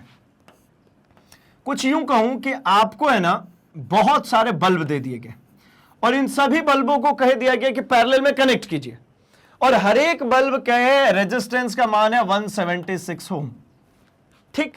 और आपको कंडीशन क्या दी गई है कि भाई आपको मैं यहां पे इन सभी को कनेक्ट करने के पश्चात यहां पे डॉट डॉट कर देता हूं कि मतलब बहुत सारे कनेक्टेड हैं, और मैंने यहां पे 220 वोल्ट अप्लाई कर दिया, क्या, पोटेंशियल डिफरेंस, जिसके कारण मैं ये चाहता हूं कि ये पूरे कॉम्बिनेशन में यहां से 5 एम्पियर की धारा प्रवाहित हो, इन इंडिविजुअल्स में नहीं, टोटल, ठीक है ना। स्रोत संयोजन से मतलब यहां से मुझे 5 एम्पियर प्रवाहित हो। अब मुझे एक बात समझ में आ रही कि एक प्रतिरोध का मान है 176, V का मान गिवन हो गया 220 वोल्ट, और मुझे यह भी गिवन हो गया I इक्वल्स टू 5 एम्पियर। मुझे ज्ञात करना नंबर ऑफ रेजिस्टेंस, कि कितने रेजिस्टेंस ऐसे कनेक्ट करूं कि यह काम हो जाएगा, ठीक है। तो एक काम करते हैं, मैं मान लेता हूं कि n नंबर ऑफ प्रतिरोध मैं पैरेलल में कनेक्ट करूंगा तो यह मेरा काम हो जाएगा, ठीक है ना। तो भाई 176 प्रतिरोध के कितने प्रतिरोधकों को पार्श्व क्रम में जोड़ेंगे, तो भाई क्या करें, तो मैं निकाल लेता हूं यहां से 1/R इक्विवेलेंट की वैल्यू कितना आएगा, तो आप कहेंगे भाई आएगा 1/R1 plus 1/R2 plus 1/R3 and so on. कहां तक भाई, तो मैं कहूंगा ये कुल मिलाकर के कितना हो जाएंगे 1/Rn तक, ठीक है। अब इनके मान की बात करूं अगर, तो ये 1/176 प्लस 1/176 प्लस 1/176 ऐसे ही चलते जाएं कहां तक, n तक। ये किसका मान है भाई, 1/R इक्विवेलेंट का। अब इन सभी को अगर आप जोड़ देंगे तो जोड़ने के फलस्वरूप क्या मिलेगा भाई, ये 1 2 3 4 5 15 20 25 कितनी भाई, n तक।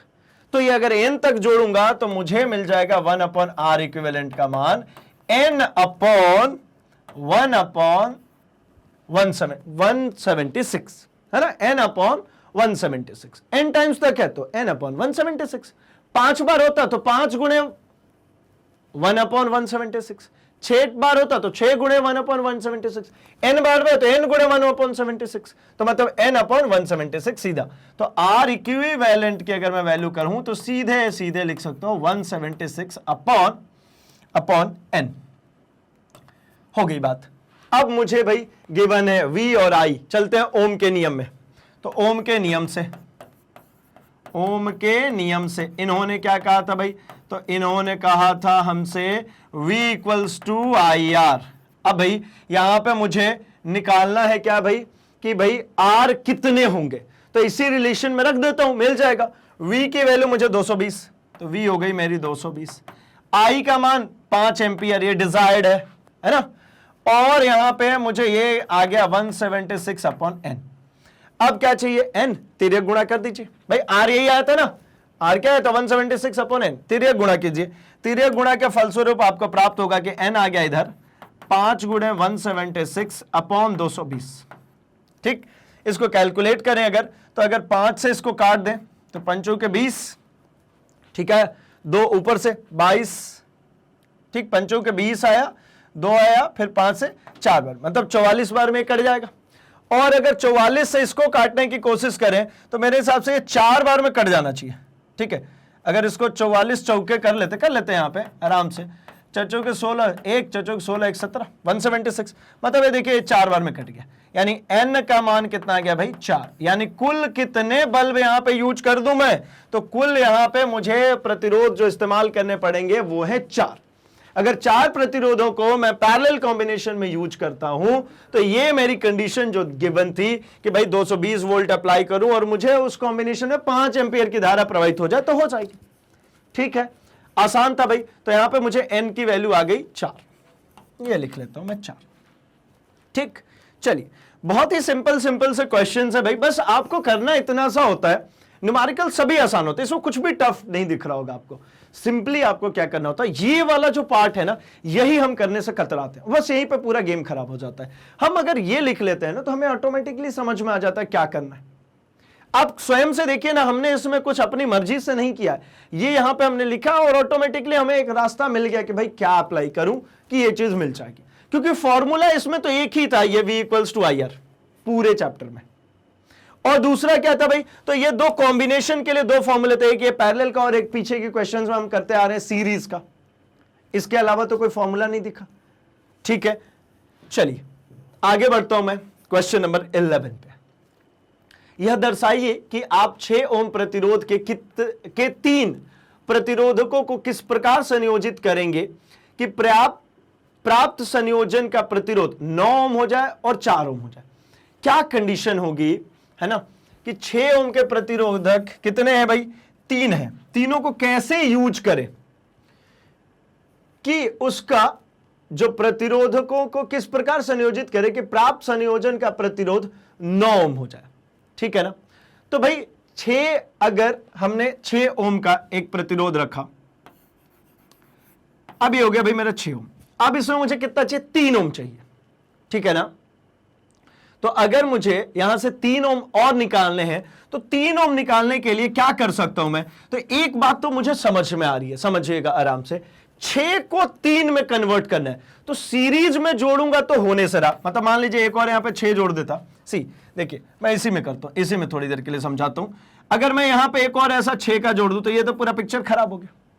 तो आप कहेंगे नहीं भाई ऐसा नहीं कर सकते, तो क्या कर सकता हूं, तो मैं कहूंगा इसको पैरेलल में जोड़ता हूं। अब वो अलग की बात है कितने पैरेलल में जोड़ूं कि मेरा काम हो। मैं 1 जोड़ता हूं, एक और जोड़ लेता हूं, 2 जोड़ देता हूं।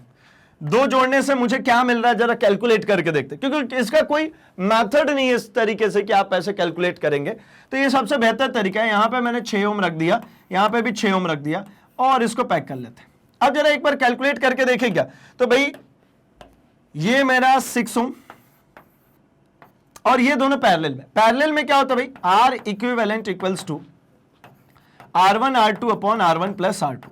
बोलेंगे ये क्यों लिख लिए, तो भाई यही तो एक शॉर्ट फॉर्म था क्या, 1 upon R equivalent equals to 1 upon R1 plus 1 upon R2। आप चलिए एलसीएम लीजिए, तो ये क्या मिल जाएगा, R1 R2, ऊपर में क्या हो जाएगा, R2 प्लस R1। मैं अगर इसकी अगली लाइन लिखना चाहूं तो ये मैं लिख सकता हूं क्या, R इक्विवेलेंट इक्वल्स टू इसका रेसिप्रोकल, तो इधर का भी reciprocal, is equals to R1 R2 upon R1 plus R2। इसको एक तरीके से याद भी रख लेंगे, यहां से ऊपर गुणा नीचे जोड़, क्या भाई, ऊपर गुणा नीचे जोड़। इससे क्या रहता है, ये आसान हो जाता है थोड़ा सा, क्योंकि ऐसे क्वेश्चंस जहां पे 6 और 6 आ रहे हैं, है ना, तो ये सब याद रहेंगे तो ज्यादा आसान पड़ेंगे। तो यहां पे क्या मिलेगा भाई, ऊपर गुणा नीचे जोड़, R equivalent equals to R1 R2 upon R1 plus R2। कीजिए भाई, 6 इंटू 6 अपॉन 6 प्लस 6, 36/12, 12 तिया 36। अब भाई देखिए यहां पे अगर इन दोनों को हटा के लगाता हूं तो कितने ओम का, 3 ओम का। अब जोड़ के बताइए भैया, अब ये तो दोनों जुड़ जाए ना, कितना हो गया, 9 ओम। हो गया मेरा सॉल्व, ये मुझे सॉल्व हो गया भाई। मतलब 9 ओम मुझे चाहिए, तो पहले का आंसर ये हो गया, 9 ओम चाहिए तो मुझे क्या करना पड़ेगा, ये कॉम्बिनेशन बनानी पड़ेगी, 6 ओम का एक और 6 ओम के 2, ये दोनों किस में लगा दे, पैरेलल में। अच्छा एक बात और आपको अब यहां से समझ में आई होगी, मुझे चाहिए कितना भाई, 4 ओम। अब कितने का बनाना है मुझे, 4 ओम का। तो अब मुझे 4 ओम बनाने के लिए क्या करना पड़ेगा, तो 4 ओम बनाने के लिए भी इसी तरीके से मुझे एक सर्किट बनानी पड़ेगी भाई। अब इसके लिए बना लेते हैं, कैसे बनेगा, तो इसके लिए बनाने के लिए भाई हमको काम करना पड़ेगा कि 4 ओम चाहिए, ऊपर एक काम करता हूं मैं बना देता हूं 2 प्रतिरोध ऐसे। ठीक है, तो ये कितने कितने के रहेंगे भाई, ये 6 ओम का है, ये भी 6 ओम का है। अच्छा ये 6 और 6 12 हो जाएंगे, मुझे तो 4 करना है, तो मैं एक काम करता हूं नीचे कनेक्ट कर देता हूं। अब अगर आप इसको देखेंगे, इस कॉम्बिनेशन को अगर आप सॉल्व करेंगे, तो यहां से आपको जरा करके देख लिया जाए कि आ रहा है या नहीं आ रहा 4। तो देखिए भाई ऊपर ये 6 और 6 के लगे हैं, मतलब ये कितना हो गया, 6 प्लस 6 12 ओम, और ये नीचे कितना लगा भाई, ये लगा हुआ है 6 ओम, ठीक है ना। अब अभी तो सीखा कि आर इक्विवेलेंट अगर पैरेलल में कनेक्ट किया हुआ हो तो ऊपर गुणा नीचे जोड़, तो क्या कर दीजिए भाई 12 गुणे 6 अपॉन 12 प्लस 6। अब इसको ऐसे ही छोड़ देता हूं, मुझे कटाना ही तो है। 12 और 6 18, ठीक है। अब काट के देख लीजिए, काट के देखते हैं तो 6 से 3 बार में 18 और 3 से 4 बार में 12, मतलब इसका जो आर इक्विवेलेंट है उसका मान कितना आ गया 4 ओम। यानी ये जो है ये सेकंड का आंसर हो जाएगा। अगर इस प्रकार की सर्किट ड्रॉ करते हैं तो 4 ओम और इस प्रकार के ड्रॉ करते हैं तो 9 ओम, ठीक है ना। मतलब ये दोनों के आंसर्स हमें मिल गए, ठीक। अब आगे की बात कर लीजिए, अगले नंबर की क्वेश्चन नंबर 12 की बात कर लेते हैं। 12th क्वेश्चन कह रहा है 220 वोल्ट की विद्युत लाइन पर उपयोग किए जाने वाले बहुत से बल्बों का अनुमतांक 10 वॉट है। यदि 220 वोल्ट लाइन की अनुमत अधिकतम विद्युत धारा 5 एम्पियर है तो इस लाइन के दो तारों के बीच कितने बल्ब पार्श्व क्रम में संयोजित किए जा सकते हैं, ठीक है। यहां पे क्या कहना चाह रहे हैं एक्चुअली कि भाई हमारे पास 220 वोल्ट की विद्युत लाइन है, ठीक है। मतलब लाइन में जो आ रही है वो वोल्ट कितना है भाई 220 वोल्ट की हमारे यहां सप्लाई आ रही है।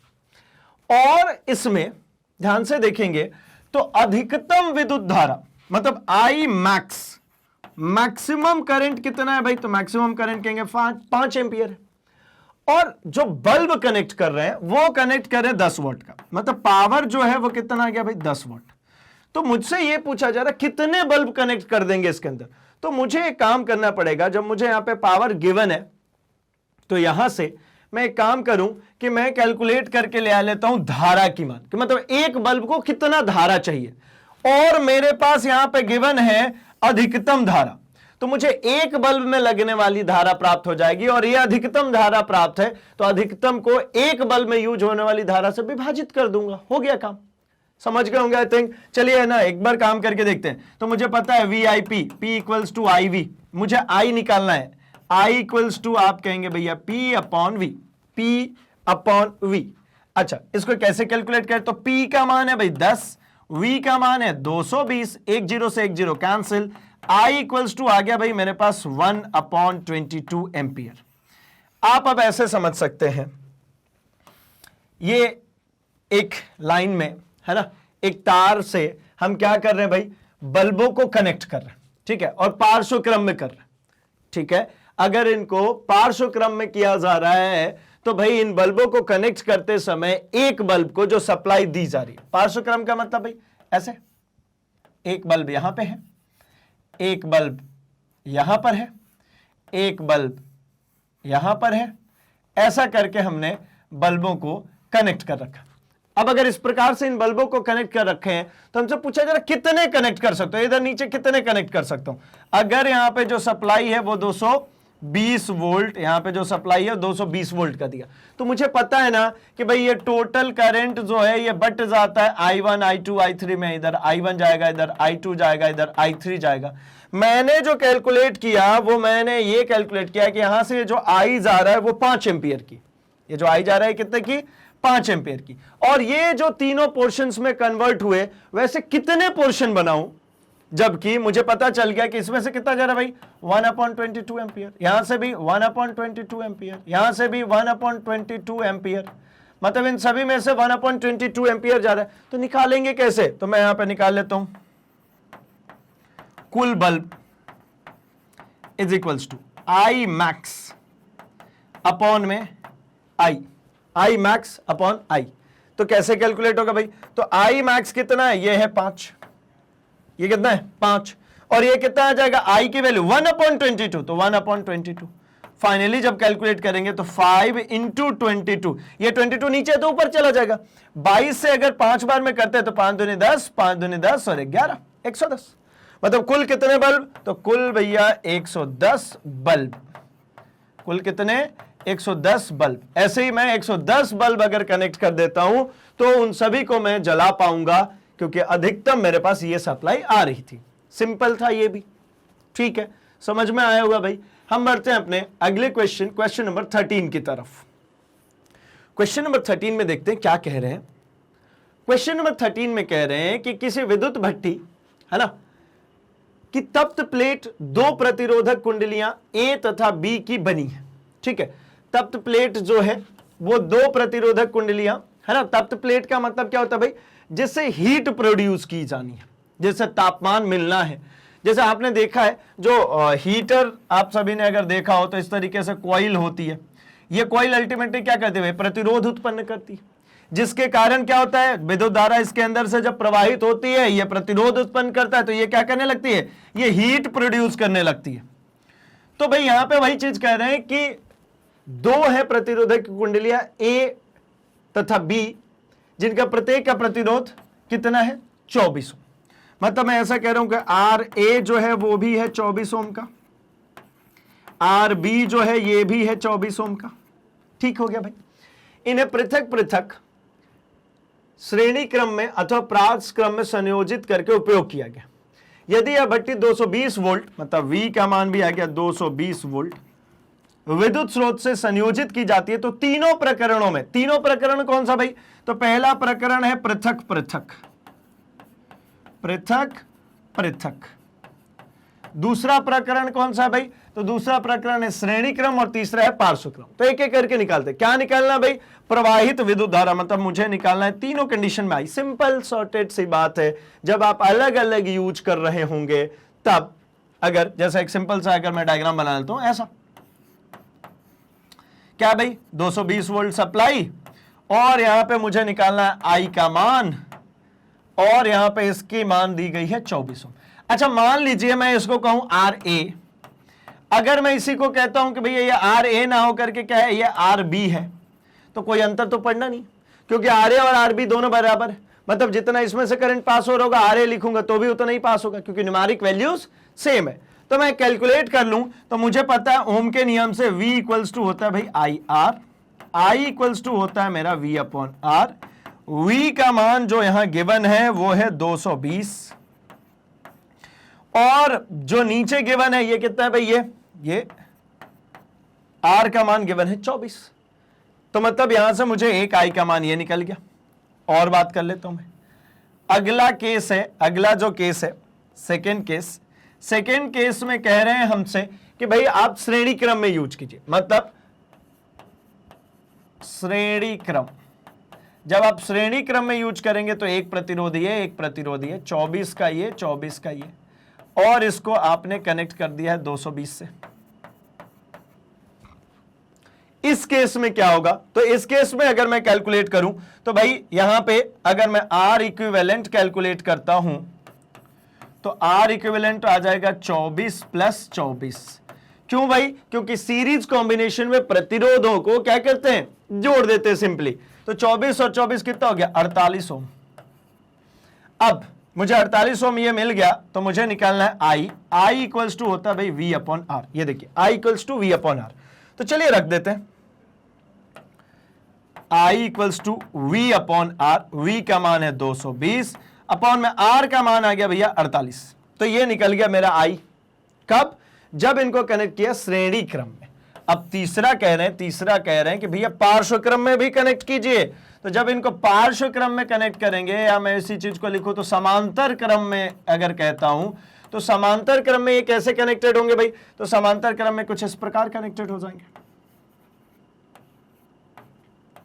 और इनको इधर 220 वोल्ट। तो जब ये समांतर क्रम में होंगे 24-24 वोल्ट के, तो इनके लिए सॉल्यूशन क्या बनेगा भाई, तो R इक्विवेलेंट इक्वल्स टू ऊपर गुणा R1 R2 अपॉन नीचे जोड़ R1 प्लस R2। मतलब कितना हो गया भाई, तो 24 गुणे 24 अपॉन 24 प्लस 24। मतलब ये कितना हो जाएगा, अगर मैं सिंपली रख दूं तो 24 गुणे 24 ऐसे ही रख देता हूं, नीचे 24 कितना हो जाएगा भाई 48। 24 से ये कट गया 2 बार में, और ये 2 से काटूंगा तो ये कट जाएगा 12 बार में। मतलब यहां पे मुझे R इक्विवेलेंट की वैल्यू मिल गई 12 ओम। अब फिर से फॉर्मूला यही, I इक्वल्स टू क्या, तो I इक्वल्स टू होता है भाई V upon R. V upon R मतलब 220 बटा 12, 220 बटा 12 जो वैल्यू है उसको एज इट इज हमने यहां पे रख दिया। अब क्या करेंगे भाई, तो ये मिल जाएगा मुझे इस कंडीशन में करंट। ठीक है, ये 220/12 एम्पियर, ये 220/48 एम्पियर, और ये आ गया 220/24 एम्पियर। तीनों ही स्थितियां निकल गई। इन्होंने कहा था तीनों प्रकरणों में प्रवाहित विद्युत धाराएं क्या होंगी, तो तीनों प्रकरणों में प्रवाहित विद्युत धाराएं ये होंगी भाई। ठीक है, चलिए आगे बढ़ता हूं मैं क्वेश्चन नंबर 14 पे। निम्नलिखित परिपथों में प्रत्येक में 2 ओम प्रतिरोधक द्वारा उपभोक्त शक्तियों की तुलना कीजिए।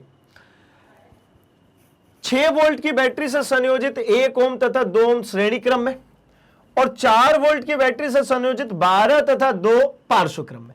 तो मतलब सबसे पहले तो यह है कि इन दोनों सर्किटों को अलग अलग मैं बना लूं ताकि दोनों में कैलकुलेशंस कर सके। तो पहला कंडीशन है 6 वोल्ट से संयोजित है 1 और 2 ओम श्रेणी में, तो 1 ओम ये, 2 ओम ये, और इन दोनों को उठा करके कनेक्ट कर दिया किसमें, इनको 6 वोल्ट की बैटरी दे दी, श्रेणी क्रम में संयोजित है, ये 1 ओम है और ये 2 ओम है। तो भाई पूछ रहे हैं कि 2 ओम प्रतिरोधक द्वारा उपभुक्त शक्ति कितनी होगी, मतलब इनका अल्टीमेटली पूछने का मकसद है कि भैया पावर बता दीजिए। ठीक है, तो पावर अगर मैं इस 2 ओम में निकालना चाहूं तो मैं ऐसा निकालता हूं भाई, अगर P इक्वल्स टू मैं लिखता हूं IV, तो इसमें से चलिए मैं I का मान निकाल लेता हूं और कैलकुलेट करता हूं। तो I का मान कितना हो जाएगा, 2 और 1 3, मतलब R इक्विवेलेंट यहां पे 1 ओम प्लस 2 ओम मतलब 3 ओम, और I इज इक्वल्स टू क्या होता है भाई, तो V/R। V का मान 6, R का मान 3, तो I का मान 2 एम्पियर। ठीक है ना। अब मुझे निकालना है क्या भाई, P2 एम्पियर से, तो P2 ऐसा करके लिख लेता हूं, कितना हो जाएगा भाई, I इंटू V, I का मान 2 एम्पियर। ठीक है, और अगर मैं V को अब थोड़ा सा कन्वर्ट कर लूं, है ना, R के टर्म्स में ले आऊं, तो मैं अगर इसको थोड़ा सा एक स्टेप और इस फॉर्मूले को एक्सपांड करके ले आता हूं, तो भाई I को यहीं पे रखते हैं, V को मैं लिख लेता हूं। V को अगर मैं लिखता हूं तो मैं लिख सकता हूं इसको कि भाई V इक्वल्स टू होता है IR, तो यहां से I इक्वल्स टू हो जाएगा, यहां से V इक्वल्स टू ही, V को ही रिप्लेस मार दीजिए, V को लिख दीजिए IR, तो ये हो जाता है भाई I²R। ठीक है ना। तो मैं अब क्या कर दूं भाई, मुझे निकालना है यहां पे P2 में, तो P2 में I²R करिए। I²R का मतलब क्या, I² यानी 2 का स्क्वायर, और R का मतलब कितना भाई, तो ये 2, तो ये P2 की वैल्यू आ गई मेरी 2 2 ज़ा 4 इंटू 2 मतलब 8, यानी P2 का मान आ गया मेरा 8 वॉट। यानी यहां पर जो पावर कंजम्पशन होगा वो कितना होगा भाई, इस केस में मुझे देखने को मिल गया कि ये 8 वॉट कंजम्पशन होगा। अब दूसरा कह रहे 4 वोल्ट बैटरी से, 4 वोल्ट बैटरी से संयोजित 12 तथा 2, तो मतलब ये दोनों कनेक्टेड है पैरेलल में, ये हो गया भाई कनेक्टेड पैरेलल में, और यहां पे जो बैटरी है वो है 4 वोल्ट की, तो 4 वोल्ट की बैटरी 12 ओम का ये और 2 ओम का ये। अब इसमें कैलकुलेट करेंगे तो पावर कितना होता है भाई, तो P इक्वल्स टू हमारा होता है V²/R। जब अपन पैरेलल कॉम्बिनेशन में यूटिलाइज करते हैं तब V²/R, ठीक है ना, और सीरीज में जब कनेक्ट करते हैं तब वो I²R। ठीक है, ये कैसे आया, तो एक बार चाहे तो इसको भी कैलकुलेट कर सकते हैं। P इक्वल्स टू क्या था भाई, IV, और जो अभी यहां पे कर रहे थे कि भाई हमारा I इक्वल्स टू ओम्स के नियम से होता है V/R, रख दीजिए इस I को रिप्लेस कर दीजिए V/R इंटू V, तो ये V²/R, तो मतलब ये यूटिलाइज कर लेते हैं V²/R। चलिए, तो इसमें क्या करूं, तो जो गिवन है मुझे कि भाई मुझे निकालना है किसमें से, इस 2 ओम में से, ये नीचे वाले ये 2 ओम में से, तो V मतलब 4 का स्क्वायर अपॉन में 2, 16/2 मतलब कितना, 8 वॉट, मतलब इसका भी पावर कितना आ गया भाई, 8 वॉट। अर्थात ये समझ में आया कि मुझे यहां पे अगर निकालते हैं पहले वाले में और ये दूसरे वाले में, तो ये दोनों ही पावर कैसे दिख रहे हैं, सेम, मतलब ऐसा पावर 2 ओम सीरीज कॉम्बिनेशन और पावर 2 ओम पैरेलल कॉम्बिनेशन, इन दोनों में ही सेम है और दोनों का मान कितना है, 8 वॉट। तो चलिए भाई हमने दोनों निकाल लिया कि 6 वोल्ट बैटरी से जब संयोजित करेंगे तब, और 4 वोल्ट से संयोजित करेंगे तब कितना आएगा, 8 वोल्ट आएगा, और दोनों सेम आएगा। ठीक है, चलिए तो बढ़ जाते हैं हम अपने क्वेश्चन नंबर 15 की तरफ। 15 में कह रहे हैं कि दो विद्युत लैंप जिनमें से एक का अनुमतांक 100 वोल्ट 220 वोल्ट है तथा दूसरे का 60 वोल्ट 220 वोल्ट है। अनुमतांक का मतलब जैसा कि मैंने अभी आपको सिखाया कि जो बल्ब के ऊपर या जो पैकेट आता है, जो गैजेट आता है, उसके ऊपर लिखी आती है एक रेटिंग कि भाई ये कितने पर इस्तेमाल की जाने की चीज है। तो भाई ये रेटिंग है। क्या रेटिंग है? तो पहला विद्युत लैंप है ना, मैं इसको लिख लेता हूं L1 कितना है भाई 100 वॉट एंड 220 वोल्ट। और दूसरा L2 के लिए क्या गिवन है भाई, तो ये कह दिए 60 वॉट की है और 220 वोल्ट पर ही ऑपरेट होती है। विद्युत बेंच के साथ पार्श्व क्रम में संयोजित है, ठीक है। और आपूर्ति के लिए जो वोल्टता है V वो है 220 वोल्ट। तो एक काम करते हैं, मैं जरा इनको ड्रॉ कर देता हूं। बल्ब है तो बल्ब जैसा ही ड्रॉ कर देते हैं। ये हो गई एक लैंप और ये नीचे लगा दी हमने एक दूसरी लैंप, ठीक है ना। ये एक बल्ब हो गई, ये एक बल्ब हो गई। अब इन दोनों बल्बों को 220 वोल्ट के सप्लाई से जोड़ देते हैं, ठीक है। ये कितना भाई 220 वोल्ट। ये मेरा L1 और ये मेरा L2 दो बल्ब। अब मुझे एक बात पता है ना कि यहां से जो टोटल करंट आएगा उसका एक पोर्शन I1 ये ले रहा होगा और ये एक पोर्शन I2 ये ले रहा होगा। तो मुझे कैलकुलेट करना है कि कुल कितनी धारा ले रहा होगा, मतलब ये I बताना। तो मैं I1 I2 निकाल लूं तो I मिल जाएगा। अब चूंकि जब ये पैरेलल में है तो पैरेलल में मैंने बताया कि अभी इसको वोल्टेज वाले फॉर्म से निकाला जा सकता है। तो कैसे निकाले भाई, तो जरा देखिए, सबसे पहला काम करता हूं मैं, अगर मैं लिखता हूं पहले वाले के लिए पावर 1, तो P1 इज इक्वल्स टू मुझे क्या मिलेगा भाई I1V। किसमें पावर निकाल रहा हूं मैं, L1 में, ठीक है। मैं क्या निकाल रहा हूं L1 में। ये चीज क्या हो जाएगी, ये है मेरी L1 के द्वारा उपभुक्त शक्ति, के द्वारा उपभुक्त शक्ति। ये शक्ति उपभुक्त की जा रही है L1 के द्वारा। तो भाई इसके लिए अगर कैलकुलेशन बनाऊं तो मुझे यहां पे I1 चाहिए। I1 अगर आप कहेंगे तो ये हो जाएगा P1 अपॉन V। अब P1 का मतलब क्या है, ये जो मान है ये किसका मान है, ये मान है भाई P1 और ये V है। ये जो नीचे ये जो मान दिख रहा है कौन है, ये P2 है, दूसरे बल्ब का पावर। तो P1 का मान कितना है भाई, तो P1 का मान है आपको दिख रहा 100, ठीक है ना। और V का मान कितना है भाई, तो V का मान है 220, ठीक। एक जीरो से एक जीरो कैंसिल कर दीजिए, ये अल्टीमेटली आ जाएगा 10 अपॉन 22 एम्पियर। ये हमारे जो L1 है, ठीक है ना, उसके द्वारा उपभुक्त की जा रही है क्या, विद्युत धारा। अब इसी प्रकार से, ठीक इसी प्रकार मैं यहां पे लिख दे रहा हूं, इसी प्रकार L2 द्वारा कितनी धारा उपयोग में लाई जाएगी भाई, तो I2 का मान क्या हो जाएगा P2 अपॉन V। अब P2 पावर 2 दूसरे कितना 60, तो ये हो गया भाई 60/220। अब एक जीरो से एक जीरो यहां पे भी कैंसिल कर लीजिए, 6/22 एम्पियर की धारा ये दूसरे वाले के द्वारा ली जा रही है, ठीक है। अब ये दोनों के द्वारा ये ले जा रही है, तो अब हम निकाल लेते हैं कुल धारा। कैलकुलेट तो ही कर रही था ना, क्वेश्चन में क्या कही जाती थी, कुल कितनी धारा ली जा रही है। तो कुल धारा I बराबर, इस डायग्राम से भी मुझे दिख रहा है कि क्या हो जाएगा I1 प्लस I2, यही तो बटा है। तो I1 का मान मुझे मिला है 10/22 और I2 का मान मिला है 6/22। ये देखिए 10/22 और 6/22, चलिए जोड़ देते हैं 22, ये कितना हो जाएगा 10 प्लस 6, है ना। तो कितना हो गया भाई 16/22, ये आ गया मेरे I का मान। मतलब इतनी धारा हमने इससे उपयोग में ली, यानी ये 220 वोल्ट से जो सप्लाई मिलेगी वो कितने मिलेगी मुझे 16/22 एम्पियर की। मतलब ये क्वेश्चन भी हमारा हो गया भाई सॉल्व। इसमें समझ में ये आया कि अगर पैरेलल कॉम्बिनेशन में यूज करेंगे तो ये दोनों अलग अलग करंट ले रहे थे, उन दोनों अलग अलग करंट को अलग से निकाल लिया और दोनों को उठा के जोड़ दिया, टोटल करंट हो गया। सिंपल है भाई। चलिए बढ़ता हूं मैं अपने क्वेश्चन नंबर 16 की तरफ। किसमें अधिक ऊर्जा में विद्युत ऊर्जा बेसिकली उपभुक्त होती है, 250 वोल्ट का एक टीवी सेट जो 1 घंटे चलाया जाए, या 120 वोल्ट का विद्युत हीटर जो 10 मिनट के लिए चलाया गया।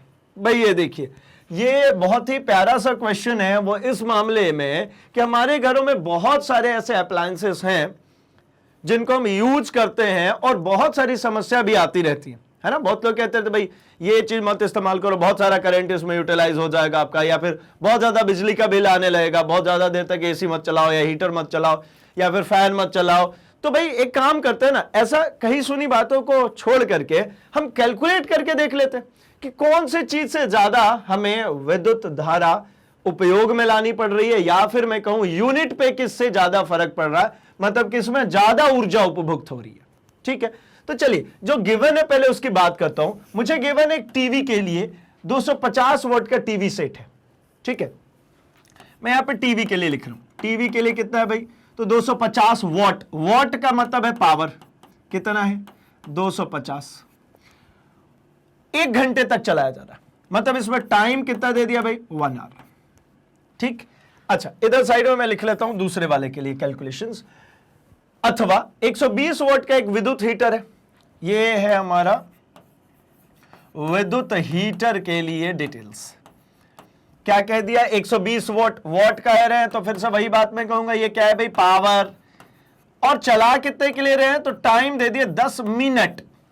अब चूंकि यहां आवर्स में है वहां मिनट में, तो इसको यही के यही एक काम कर लेते हैं, इसको चेंज कर लेते हैं भाई किसमें, आर में, तो 10/60 मतलब 1/6 आर। ठीक है ना, अब हो गया काम। अब हमको निकालना है क्या किसमें ज्यादा एनर्जी हो रही, तो एनर्जी का फॉर्मूला क्या होता है भाई, पावर इंटू टाइम। एनर्जी का फॉर्मूला पावर इंटू टाइम। अब देखिए पावर यहां गिवन है कितना 250 वॉट। ठीक है, इसको E1 कह लेता हूं, है ना, और कितने देर तक 1 घंटे, मतलब 250 वॉट आर। ठीक है ना, 250 वॉट आर। ठीक है, वॉट घंटा। यहां पे अगर मैं बात करता हूं E2 की, तो E2 भी वही लिखूंगा, पावर इंटू टाइम, शक्ति इंटू समय। अब भाई चलिए इसको भी बनाइए, तो 120 वॉट का है और 1/6 घंटे चलाया है, तो 6 से काट दीजिए इसको, 6 दूनी 12 मतलब 20, मतलब एनर्जी 2 कितनी आई भाई 20 वॉट आर, 20 वॉट घंटा। और ये कितनी आई है, E1 का जो मान आया है मेरा ये है 250 वॉट आर। कौन सा ज्यादा दिख रहा है भाई आपको, तो हमें ये पता चला कि भैया वो जो टीवी है ना वो ज्यादा बिजली खा रही है हीटर से। ठीक है ना, जो हीटर है उससे ज्यादा बिजली किसमें उपभुक्त हो गई भाई, हमारे टीवी में। और टीवी चलाने में हम बड़ा नॉर्मल समझते हैं कि भैया नहीं यार टीवी तो चलने दो, और हीटर जलाने में सोचते हैं ठंड के दिनों में नहाने के लिए कि भाई यार इसको जलाएंगे बहुत सारा बिजली चला जाएगा। तो भाई ऐसे कुछ नहीं पालेंगे, हम कैलकुलेट कर लेंगे। अब जरूरी नहीं है कि आप कहने लगे टीवी भाई 250 वॉट की हो सकता है कम की भी हो, तो आप कैलकुलेट कर लेंगे भाई।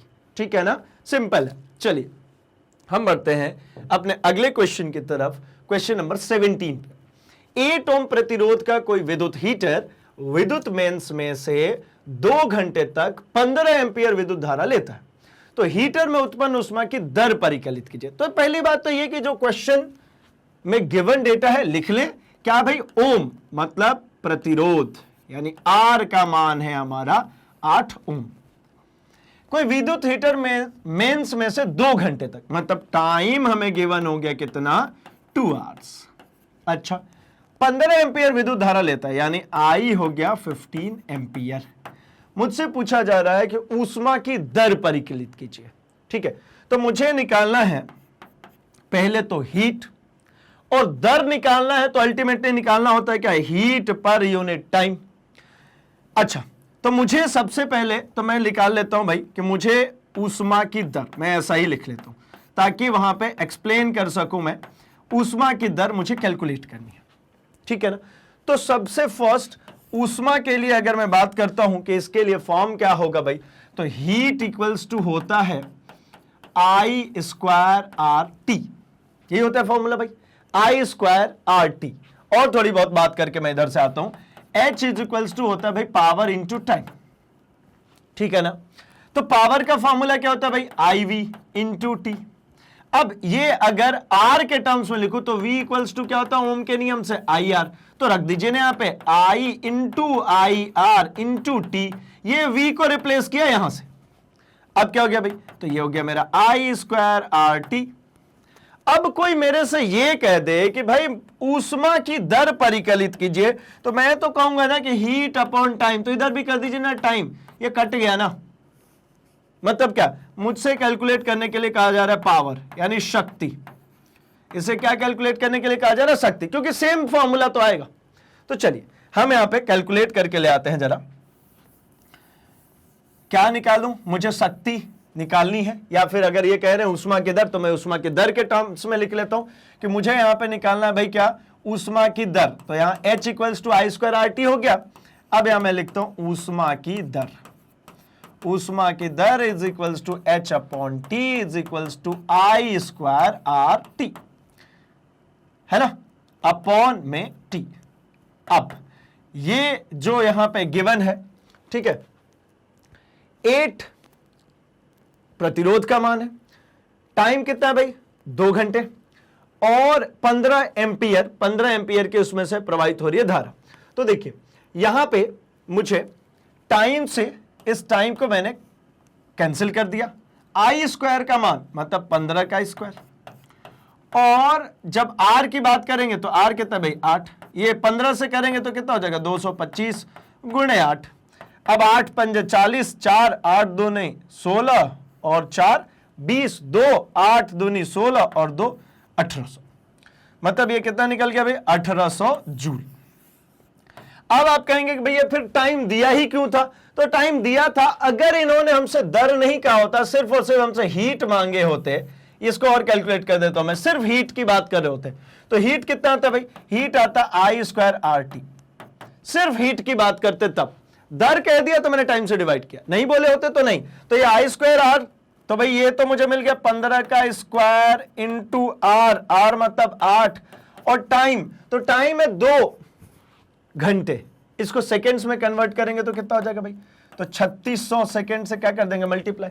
अब 36 से अगर इसको करेंगे तो 36 से करेंगे तो ये हो जाएगा भाई 7200, ठीक है ना, 36 से 2 बार में करेंगे टाइम तो कितना हो जाएगा 7200। अब इसको आप कैलकुलेट कर लेंगे भाई 225 गुणे 8 गुणे 7200। अब फिर इसको देखें तो 225 गुणे 8 तो अभी हमने किया क्या 1800 गुणे 7200, ठीक है ना। तो ये 2 जीरो से ये 2 जीरो तो ऐसे कैसे हो जाएंगे, ये 2 जीरो और हैं, ये दोनों जीरो भी हो जाएंगे 4। अब 18 गुणे 72, तो 18 से करेंगे 2 बार में तो 18 दूनी 36 3, और 18 से अगर 7 बार में करते हैं तो 8 7 56 और 7 एकम 7, 7 और 5 कितना हो जाएगा 12, 18 7 126 और ये 3 और तो 129। ये एक बड़ी सी वैल्यू आ गई, ठीक है। अब इसको किस में कन्वर्ट कर दे भाई, हीट है जूल में आ रहा है तो इसको किलो जूल में, ठीक है। किलो जूल में अगर काम करें तो किलो जूल में ये कितना हो जाएगा भाई, तो 3 जीरो खत्म हो जाएगा, यानी 12960 किलो जूल। और इसको क्या है भाई जूल पर टाइम से इसको कैलकुलेट कर दिया था, है ना, तो जूल पर अगर इसकी बात करें तो सेकेंड लिख सकते हैं, ठीक है, क्योंकि ये दर था और ये कंप्लीट है, इतना किलो जूल वहां से हीट लिबरेट होगा, हीट वहां से निकलेगा भाई, ठीक है। चलिए अब बढ़ता हूं मैं अपने अगले क्वेश्चन नंबर 18 में। अब 18 में क्या है भाई, तो 18 में कुछ इस प्रकार के क्वेश्चन है जिसको आप कह सकते हैं कि कुछ कंसेप्ट बेस्ड क्वेश्चंस है। पहला क्वेश्चन है हमारे पास इसमें कि विद्युत लैंपों के तंतुओं के निर्माण में प्रायः एकमात्र टंगस्टन का ही उपयोग क्यों किया जाता है।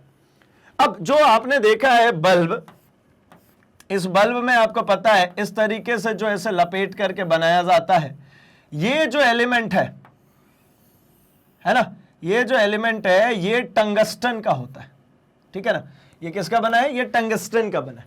ये प्राय टंगस्टन का ही क्यों बनाते, कुछ और का क्यों नहीं यूज करते।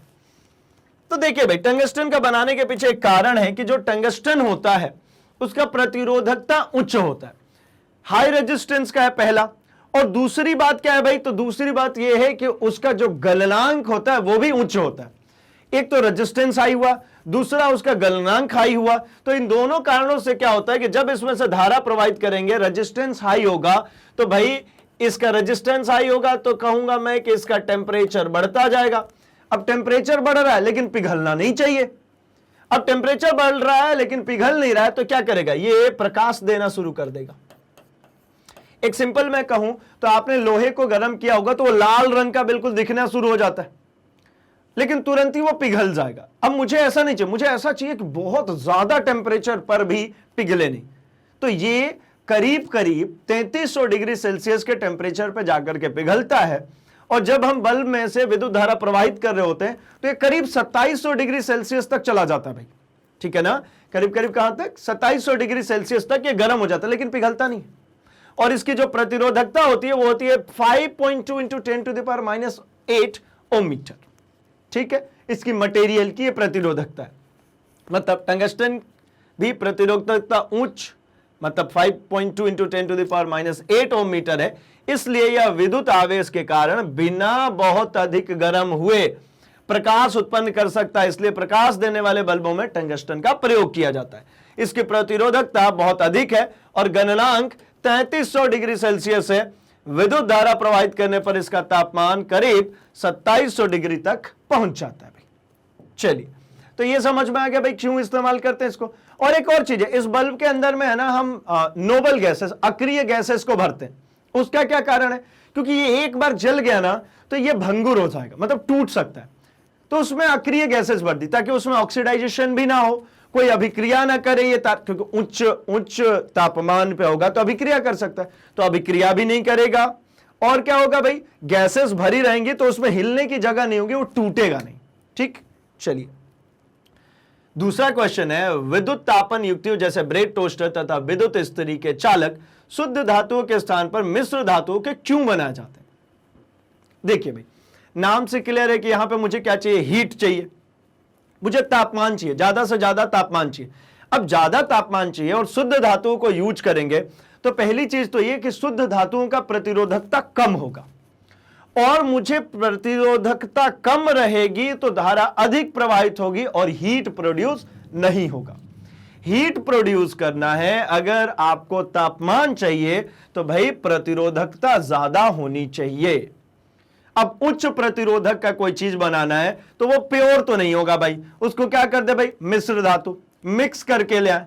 जब मिक्स करके ले आएंगे तो उसका रेजिस्टेंस बढ़ जाएगा, रेजिस्टेंस बढ़ जाएगा तो टेम्परेचर बढ़ जाएगा, क्योंकि प्रतिरोध ज्यादा होने पे तापमान बढ़ता है भाई। अगर धारा प्रवाहित करेंगे और प्रतिरोध ज्यादा है तो क्या होगा, तापमान बढ़ेगा, और तापमान बढ़ेगा तो मेरा काम हो जाएगा। इसीलिए देखिए, किसी मिश्र धातु की प्रतिरोधकता शुद्ध धातु की अपेक्षा अधिक होती है। शुद्ध धातु की अर्थात क्या हो गई, कम हो गई, तथा तापमान में परिवर्तन के साथ मिश्र धातुओं की प्रतिरोधकता कम बदलती। एक और फैक्टर है कि जब टेम्परेचर चेंज करते हैं तो इसकी प्रतिरोधकता चेंज नहीं होती, कम चेंज होती है। उनका शीघ्र ऑक्सीकरण नहीं होता, ऑक्सीडाइज नहीं होते भाई जल्दी, और वे उच्च ताप को सह सकते हैं। ठीक है, इन्हीं कारणों से टोस्टर और विद्युत प्रेस जैसे गर्म होने वाले विद्युत उपकरणों में प्रयुक्त होने वाले चालकों में मिश्र धातु का प्रयोग किया जाता है। उच्च प्रतिरोधकता इन्हें जलने से बचा लेती। भाई इनकी हाई रेजिस्टेंस है तो ये जल नहीं पाते, ये खुद नहीं जल पाता। जलना मतलब ये खुद जल करके खराब नहीं हो पाता, और ये खुद क्या करता है भाई, हीट प्रोड्यूस करता है जिसको हम इस्तेमाल कर लेते हैं। चलिए नेक्स्ट क्वेश्चन की बात करता हूं मैं, घरेलू विद्युत परिपथों में श्रेणी क्रम संयोजन का उपयोग क्यों नहीं किया जाता। देखिए भाई, श्रेणी क्रम संयोजन में हमें एक बात पता चली थी कि जब कभी भी मैं ऐसा कनेक्ट कर दूंगा तो इसमें धारा का मान तो सेम रहेगा, लेकिन यहां पे विभव का मान बट जाएगा। यहां V1 आ गया, यहां V2 आ गया, यहां V3 आ गया। तो पहली दिक्कत तो यह आ गई कि भाई विभव बट गया। अब विभव बट जाएगा तो भाई मान लीजिए ये बल्ब होता, ये फैन होता, ये भी कोई चीज होती, चलो इसको भी अपन कहते हैं ट्यूबलाइट है, तो इसका ग्लो कम होता ना, क्योंकि विभव बट गया। फैन भी धीरे चलेगा, ट्यूबलाइट भी धीरे जलेगा। अच्छा, एक और सब दिक्कत है इसमें, अगर मैं इसमें स्विच लगाना चाहूं, ये लगा दी स्विच, अब भाई करो, इसको चालू करेंगे तो ये सब चालू होंगे, और जब इसको बंद करूंगा तो ये सब बंद होंगे, तो ये तो समस्या है। जबकि इसकी जगह पे मैंने अगर ऐसे पैरेलल में यूज कर लिया वही तीनों चीजों को, और अब अगर सप्लाई करते हैं तो एक बात समझिए कि यहां से मैंने 220 वोल्ट अगर अप्लाई की, इसके अलोंग में 220 अप्लाई की थी, तो अगर यहां 220 अप्लाई करेंगे तो इन दोनों टर्मिनल्स, मतलब ये बल्ब, ये फैन और ये ट्यूबलाइट, इन तीनों के अलोंग जो पोटेंशियल डिफरेंस है वो 220 वोल्ट ही बना रहेगा, है ना। तीनों के अलोंग 220 वोल्ट का ही पोटेंशियल डिफरेंस बना रहेगा, मतलब तीनों अपने फुल कैपेसिटी से ग्लो कर सकते हैं, फैन तेजी से चल सकता है, भाई पूरा 220 वोल्ट मिल रहा है। और एक बात, मुझे स्विच लगाना होगा तो मैं इन तीनों में अलग अलग स्विच लगा सकता हूं। मैंने यहां पे उठाया और इन तीनों में स्विच लगा दिया, एक यहां, एक यहां और एक यहां। अब मुझे अगर ट्यूबलाइट जलानी है तो इसको क्लोज करूंगा, फैन चलानी है तो इसको, बल्ब नहीं जलाना तो इसको ओपन रखूंगा। आप कहोगे कि तो सर इसमें भी तो कनेक्ट कर दो, ऐसा ही कनेक्ट कर दो। लो तो भाई लो, मैंने कनेक्ट कर दिया। अब आप कहो मैंने यहां पे एक स्विच कनेक्ट कर दिया, यहां पर भी कनेक्ट कर दिया, तो भाई एक बात बताइए, दोनों स्विच का क्या अस्तित्व है? अगर इसको क्लोज कर दिया तो क्या करंट पास होगा? नहीं होगा। ये ब्रेक है, ये भी क्लोज हो, ये भी क्लोज हो तो भी करंट पास होगा। तो मतलब इन दोनों स्विचों का तो कोई औचित्य ही नहीं रहा। जबकि पैरेलल में कनेक्ट करते हैं तो यहां पे आप देखिए, अगर मान लीजिए इसको आपने ओपन भी कर दिया तो करंट यहां से ऐसे निकल के इसके जरिए होकर के और ये कंप्लीट कर लेगा सर्किट। अगर आपने इसको भी क्लोज कर दिया तो भाई ये करंट यहां पे गया, बट जाएगा दो पार्ट में और यहां से होकर कंप्लीट करेगा। इन स्पाइट ऑफ कि ये अभी खुला है, ये बंद नहीं है, लेकिन यहां पे एक भी खुला तो सब खुल जाएंगे। इसीलिए क्या करते हैं भाई, घर में हम इनको जब यूटिलाइज करते हैं कुछ अप्लायंसेस तो उनको पैरेलल में करते हैं। मतलब घरों में विद्युत के लिए क्रमबद्ध व्यवस्थाओं को संतोषप्रद नहीं माना जाता, श्रेणी क्रम को जो श्रेणी में जोड़ते उसको संतोषप्रद नहीं माना जाता, क्योंकि इससे विद्युत पथ का प्रवाह अलग अलग जगह बंट जाता है और सभी में वोल्टेज बंटकर कम हो जाती है। अभी जैसा देखा हमने, क्या हो रहा था भाई, वोल्टेजेस यहां पे क्या हो गया, बंट गए तो वोल्टेज सबके अलोंग कम हो गया। ऐसी अवस्था में सारे घर के बल्ब, पंखे आदि एक ही स्विच से जलेंगे, एक ही स्विच से जलेंगे और उन्हें स्वतंत्र रूप से जलाया बुझाया नहीं जा सकता। मतलब स्वतंत्र रूप से जलाया बुझाया से मतलब सिर्फ बल्ब जलाने से नहीं है, और भी अप्लायंसेस है उनको भी नहीं चला सकते भाई। अच्छा, आगे बढ़ता हूं मैं क्वेश्चन नंबर 4 पे। किसी तार का प्रतिरोध उसके अनुप्रस्थ काट के क्षेत्रफल में परिवर्तन के साथ किस प्रकार परिवर्तित होता है? तो देखिए भाई, तार के प्रतिरोध की अगर मैं बात करूं तो R जो होता है वो डायरेक्टली प्रोपोर्शनल होता है 1/A के। 1/A क्या है भाई, area of cross section. Area of cross section से क्या समझेंगे, अनुप्रस्थ काट का क्षेत्रफल। ये देखिए, एक तार ये है और एक तार ये है। अब मुझे चालक चाहिए, मुझे कुछ ऐसी चीजें चाहिए जो एक जगह से दूसरी जगह विद्युत धारा को ले जाए, जिनको हम कहते हैं भाई कि इलेक्ट्रॉन्स, है ना। मेरे आवेशों को ले जाने के लिए लगेंगे इलेक्ट्रॉन्स। तो मैंने यहां पे अगर देखूं तो यहां पे मुझे एक ही, इसको एक रिंग बना लीजिए, इसको एक रिंग बनाते हैं। इतनी पतली सी रिंग में अगर इलेक्ट्रॉनों की संख्या देखूं तो यहां ज्यादा है और यहां पर पूरी तरीके से भरने की कोशिश करूंगा तो भी क्या होगा, इस रिंग में इलेक्ट्रॉनों की संख्या कम। मतलब एक जगह पे, एक क्रॉस सेक्शन एरिया में यहां पे इलेक्ट्रॉनों की संख्या ज्यादा और यहां इलेक्ट्रॉनों की संख्या कम। इलेक्ट्रॉनों की संख्या अगर ज्यादा मतलब यहां पे प्रतिरोध क्या हो जाएगा, कम, और यहां पे इलेक्ट्रॉनों की संख्या कम मतलब यहां पे अगर देखा जाए तो प्रतिरोध क्या हो जाएगा, ज्यादा। भाई कैरियर अगर ज्यादा होंगे, ले जाने वाले ज्यादा लोग होंगे तो रुकावट कम होगी। ये रुकावट कम हो रही है, ले जाने वाले ज्यादा लोग हैं। यहां ले जाने वाले जो हैं वो कम लोग हैं तो रुकावट ज्यादा होगी, ठीक है ना। तो इसीलिए कहते हैं क्या हो रहा है भाई, यहां पे अगर देखेंगे एरिया तो एरिया बड़ी है, एरिया ज्यादा है तो प्रतिरोध कम है, यहां पे एरिया कम है तो प्रतिरोध ज्यादा हो गया। मतलब R और एरिया का रिलेशन कैसा, इनवर्सली प्रोपोर्शनल का। तो इसलिए यहां पे लिखते हैं भाई कि तार की मोटाई के क्षेत्रफल से विद्युत प्रवाह का सीधा संबंध है, यह प्रतिरोध का व्युत्क्रम होता है 1/R directly proportional to A, या R प्रोपोर्शनल टू 1/A। समझ में आया होगा भाई इस लाइन से। चलिए, तो ये हमारा था 4th क्वेश्चन और अब है हमारे पास एक आखिरी क्वेश्चन, इसका 5th पोर्शन। विद्युत संचरण के लिए प्रायः कॉपर तथा एल्यूमिनियम के तारों का उपयोग क्यों किया जाता है? देखिए भाई, मुझे विद्युत संचरण करना है, यानी जो आवेश हैं उनको प्रवाहित करना है, तो आवेशों को ले जाने के लिए क्या चाहिए थे, तो मैंने अभी जो ये देखा था कि मुझे इन आवेशों को ले जाने के लिए क्या चाहिए, यहां मुझे चाहिए कैरियर्स। ये आवेशों को ले जाने के लिए क्या चाहिए, कैरियर्स। अब ये कैरियर्स किसके पास ज्यादा है ये देखेंगे, ये कैरियर्स किसके पास ज्यादा है, किसके पास इजीली मिल पा रहे हैं। तो मुझे पता चला जो धातु होते हैं उनके पास इलेक्ट्रॉनों की संख्या, मुक्त इलेक्ट्रॉनों की संख्या बेसिकली अवेलेबल होती है। अधातुओं के पास तो होती नहीं, उनके पास जाऊंगा ही नहीं मैं कंडक्शन के लिए, वो कुछ चालक है। चालक जो होते हैं वो धातु हैं, और धातुओं के पास क्या है, इलेक्ट्रॉनों की संख्या जो है वो अवेलेबल होती है, मुक्त इलेक्ट्रॉनों की संख्या। इसीलिए कॉपर और एल्यूमिनियम के तारों का प्रयोग करते हैं, क्योंकि इनका प्रतिरोध जो है वो कम होता है। तो भाई इस प्रकार से हमने अपने पूरे सभी एक एक क्वेश्चंस को देख लिया। अब बाकी के चैप्टर्स, बाकी की चीजों के लिए क्या करें, तो आप अपने सर्च बॉक्स में लिखेंगे magnetbrains.com, आपके सामने इस तरीके से आपका पेज ओपन हो जाता है, जहां पे आप अपने टॉप कोर्सेज को एक्सप्लोर कर सकते हैं। मतलब सीबीएसई इंग्लिश मीडियम से, JAIIB, UPSC, NEET, IIT, JEE, Olympiad, NTSC इसकी तैयारी कर रहे हो, या स्पोकन इंग्लिश सीखना चाहते हैं, या फिर आप सीबीएसई हिंदी मीडियम से, आप अपने सेगमेंट को टैप कीजिए, आपकी सभी क्लासेस ओपन हो जाती हैं। अपने क्लास को टैप कीजिए, आपके सभी सब्जेक्ट्स ओपन हो जाते हैं। आप जैसे ही अपने सब्जेक्ट को क्लिक करते हैं, आपके सभी चैप्टर्स ओपन हो जाते हैं, जहां एक ही चैप्टर के वीडियोस के अंदर, एक ही फोल्डर के अंदर बेसिकली आपको उसके concept videos, one shot revision, numericals, NCERT exercise, previous year question paper, MCQs और भी बहुत कुछ देखने को मिल जाता है। भाई आप यहां से प्ले करेंगे, कुछ इस प्रकार आपका वीडियो प्ले हो जाता है, जिसको आप कहीं पर भी पॉज कर सकते हैं, स्क्रीनशॉट ले सकते हैं, नोट्स बना सकते हैं। तो अभी के लिए भाई इस वीडियो को लाइक कर दीजिए, चैनल को सब्सक्राइब कर लीजिए और इसे अपने दोस्तों में शेयर भी कर दीजिए, क्योंकि मैग्नेट ब्रेन्स हिंदी लेकर के आया free education from class 6 to 12th, quality content और एक्सपीरियंस टीचर्स के साथ। तो बने रहिए हमारे साथ, हम मिलेंगे अपने अगले सेशन में। Thanks for watching.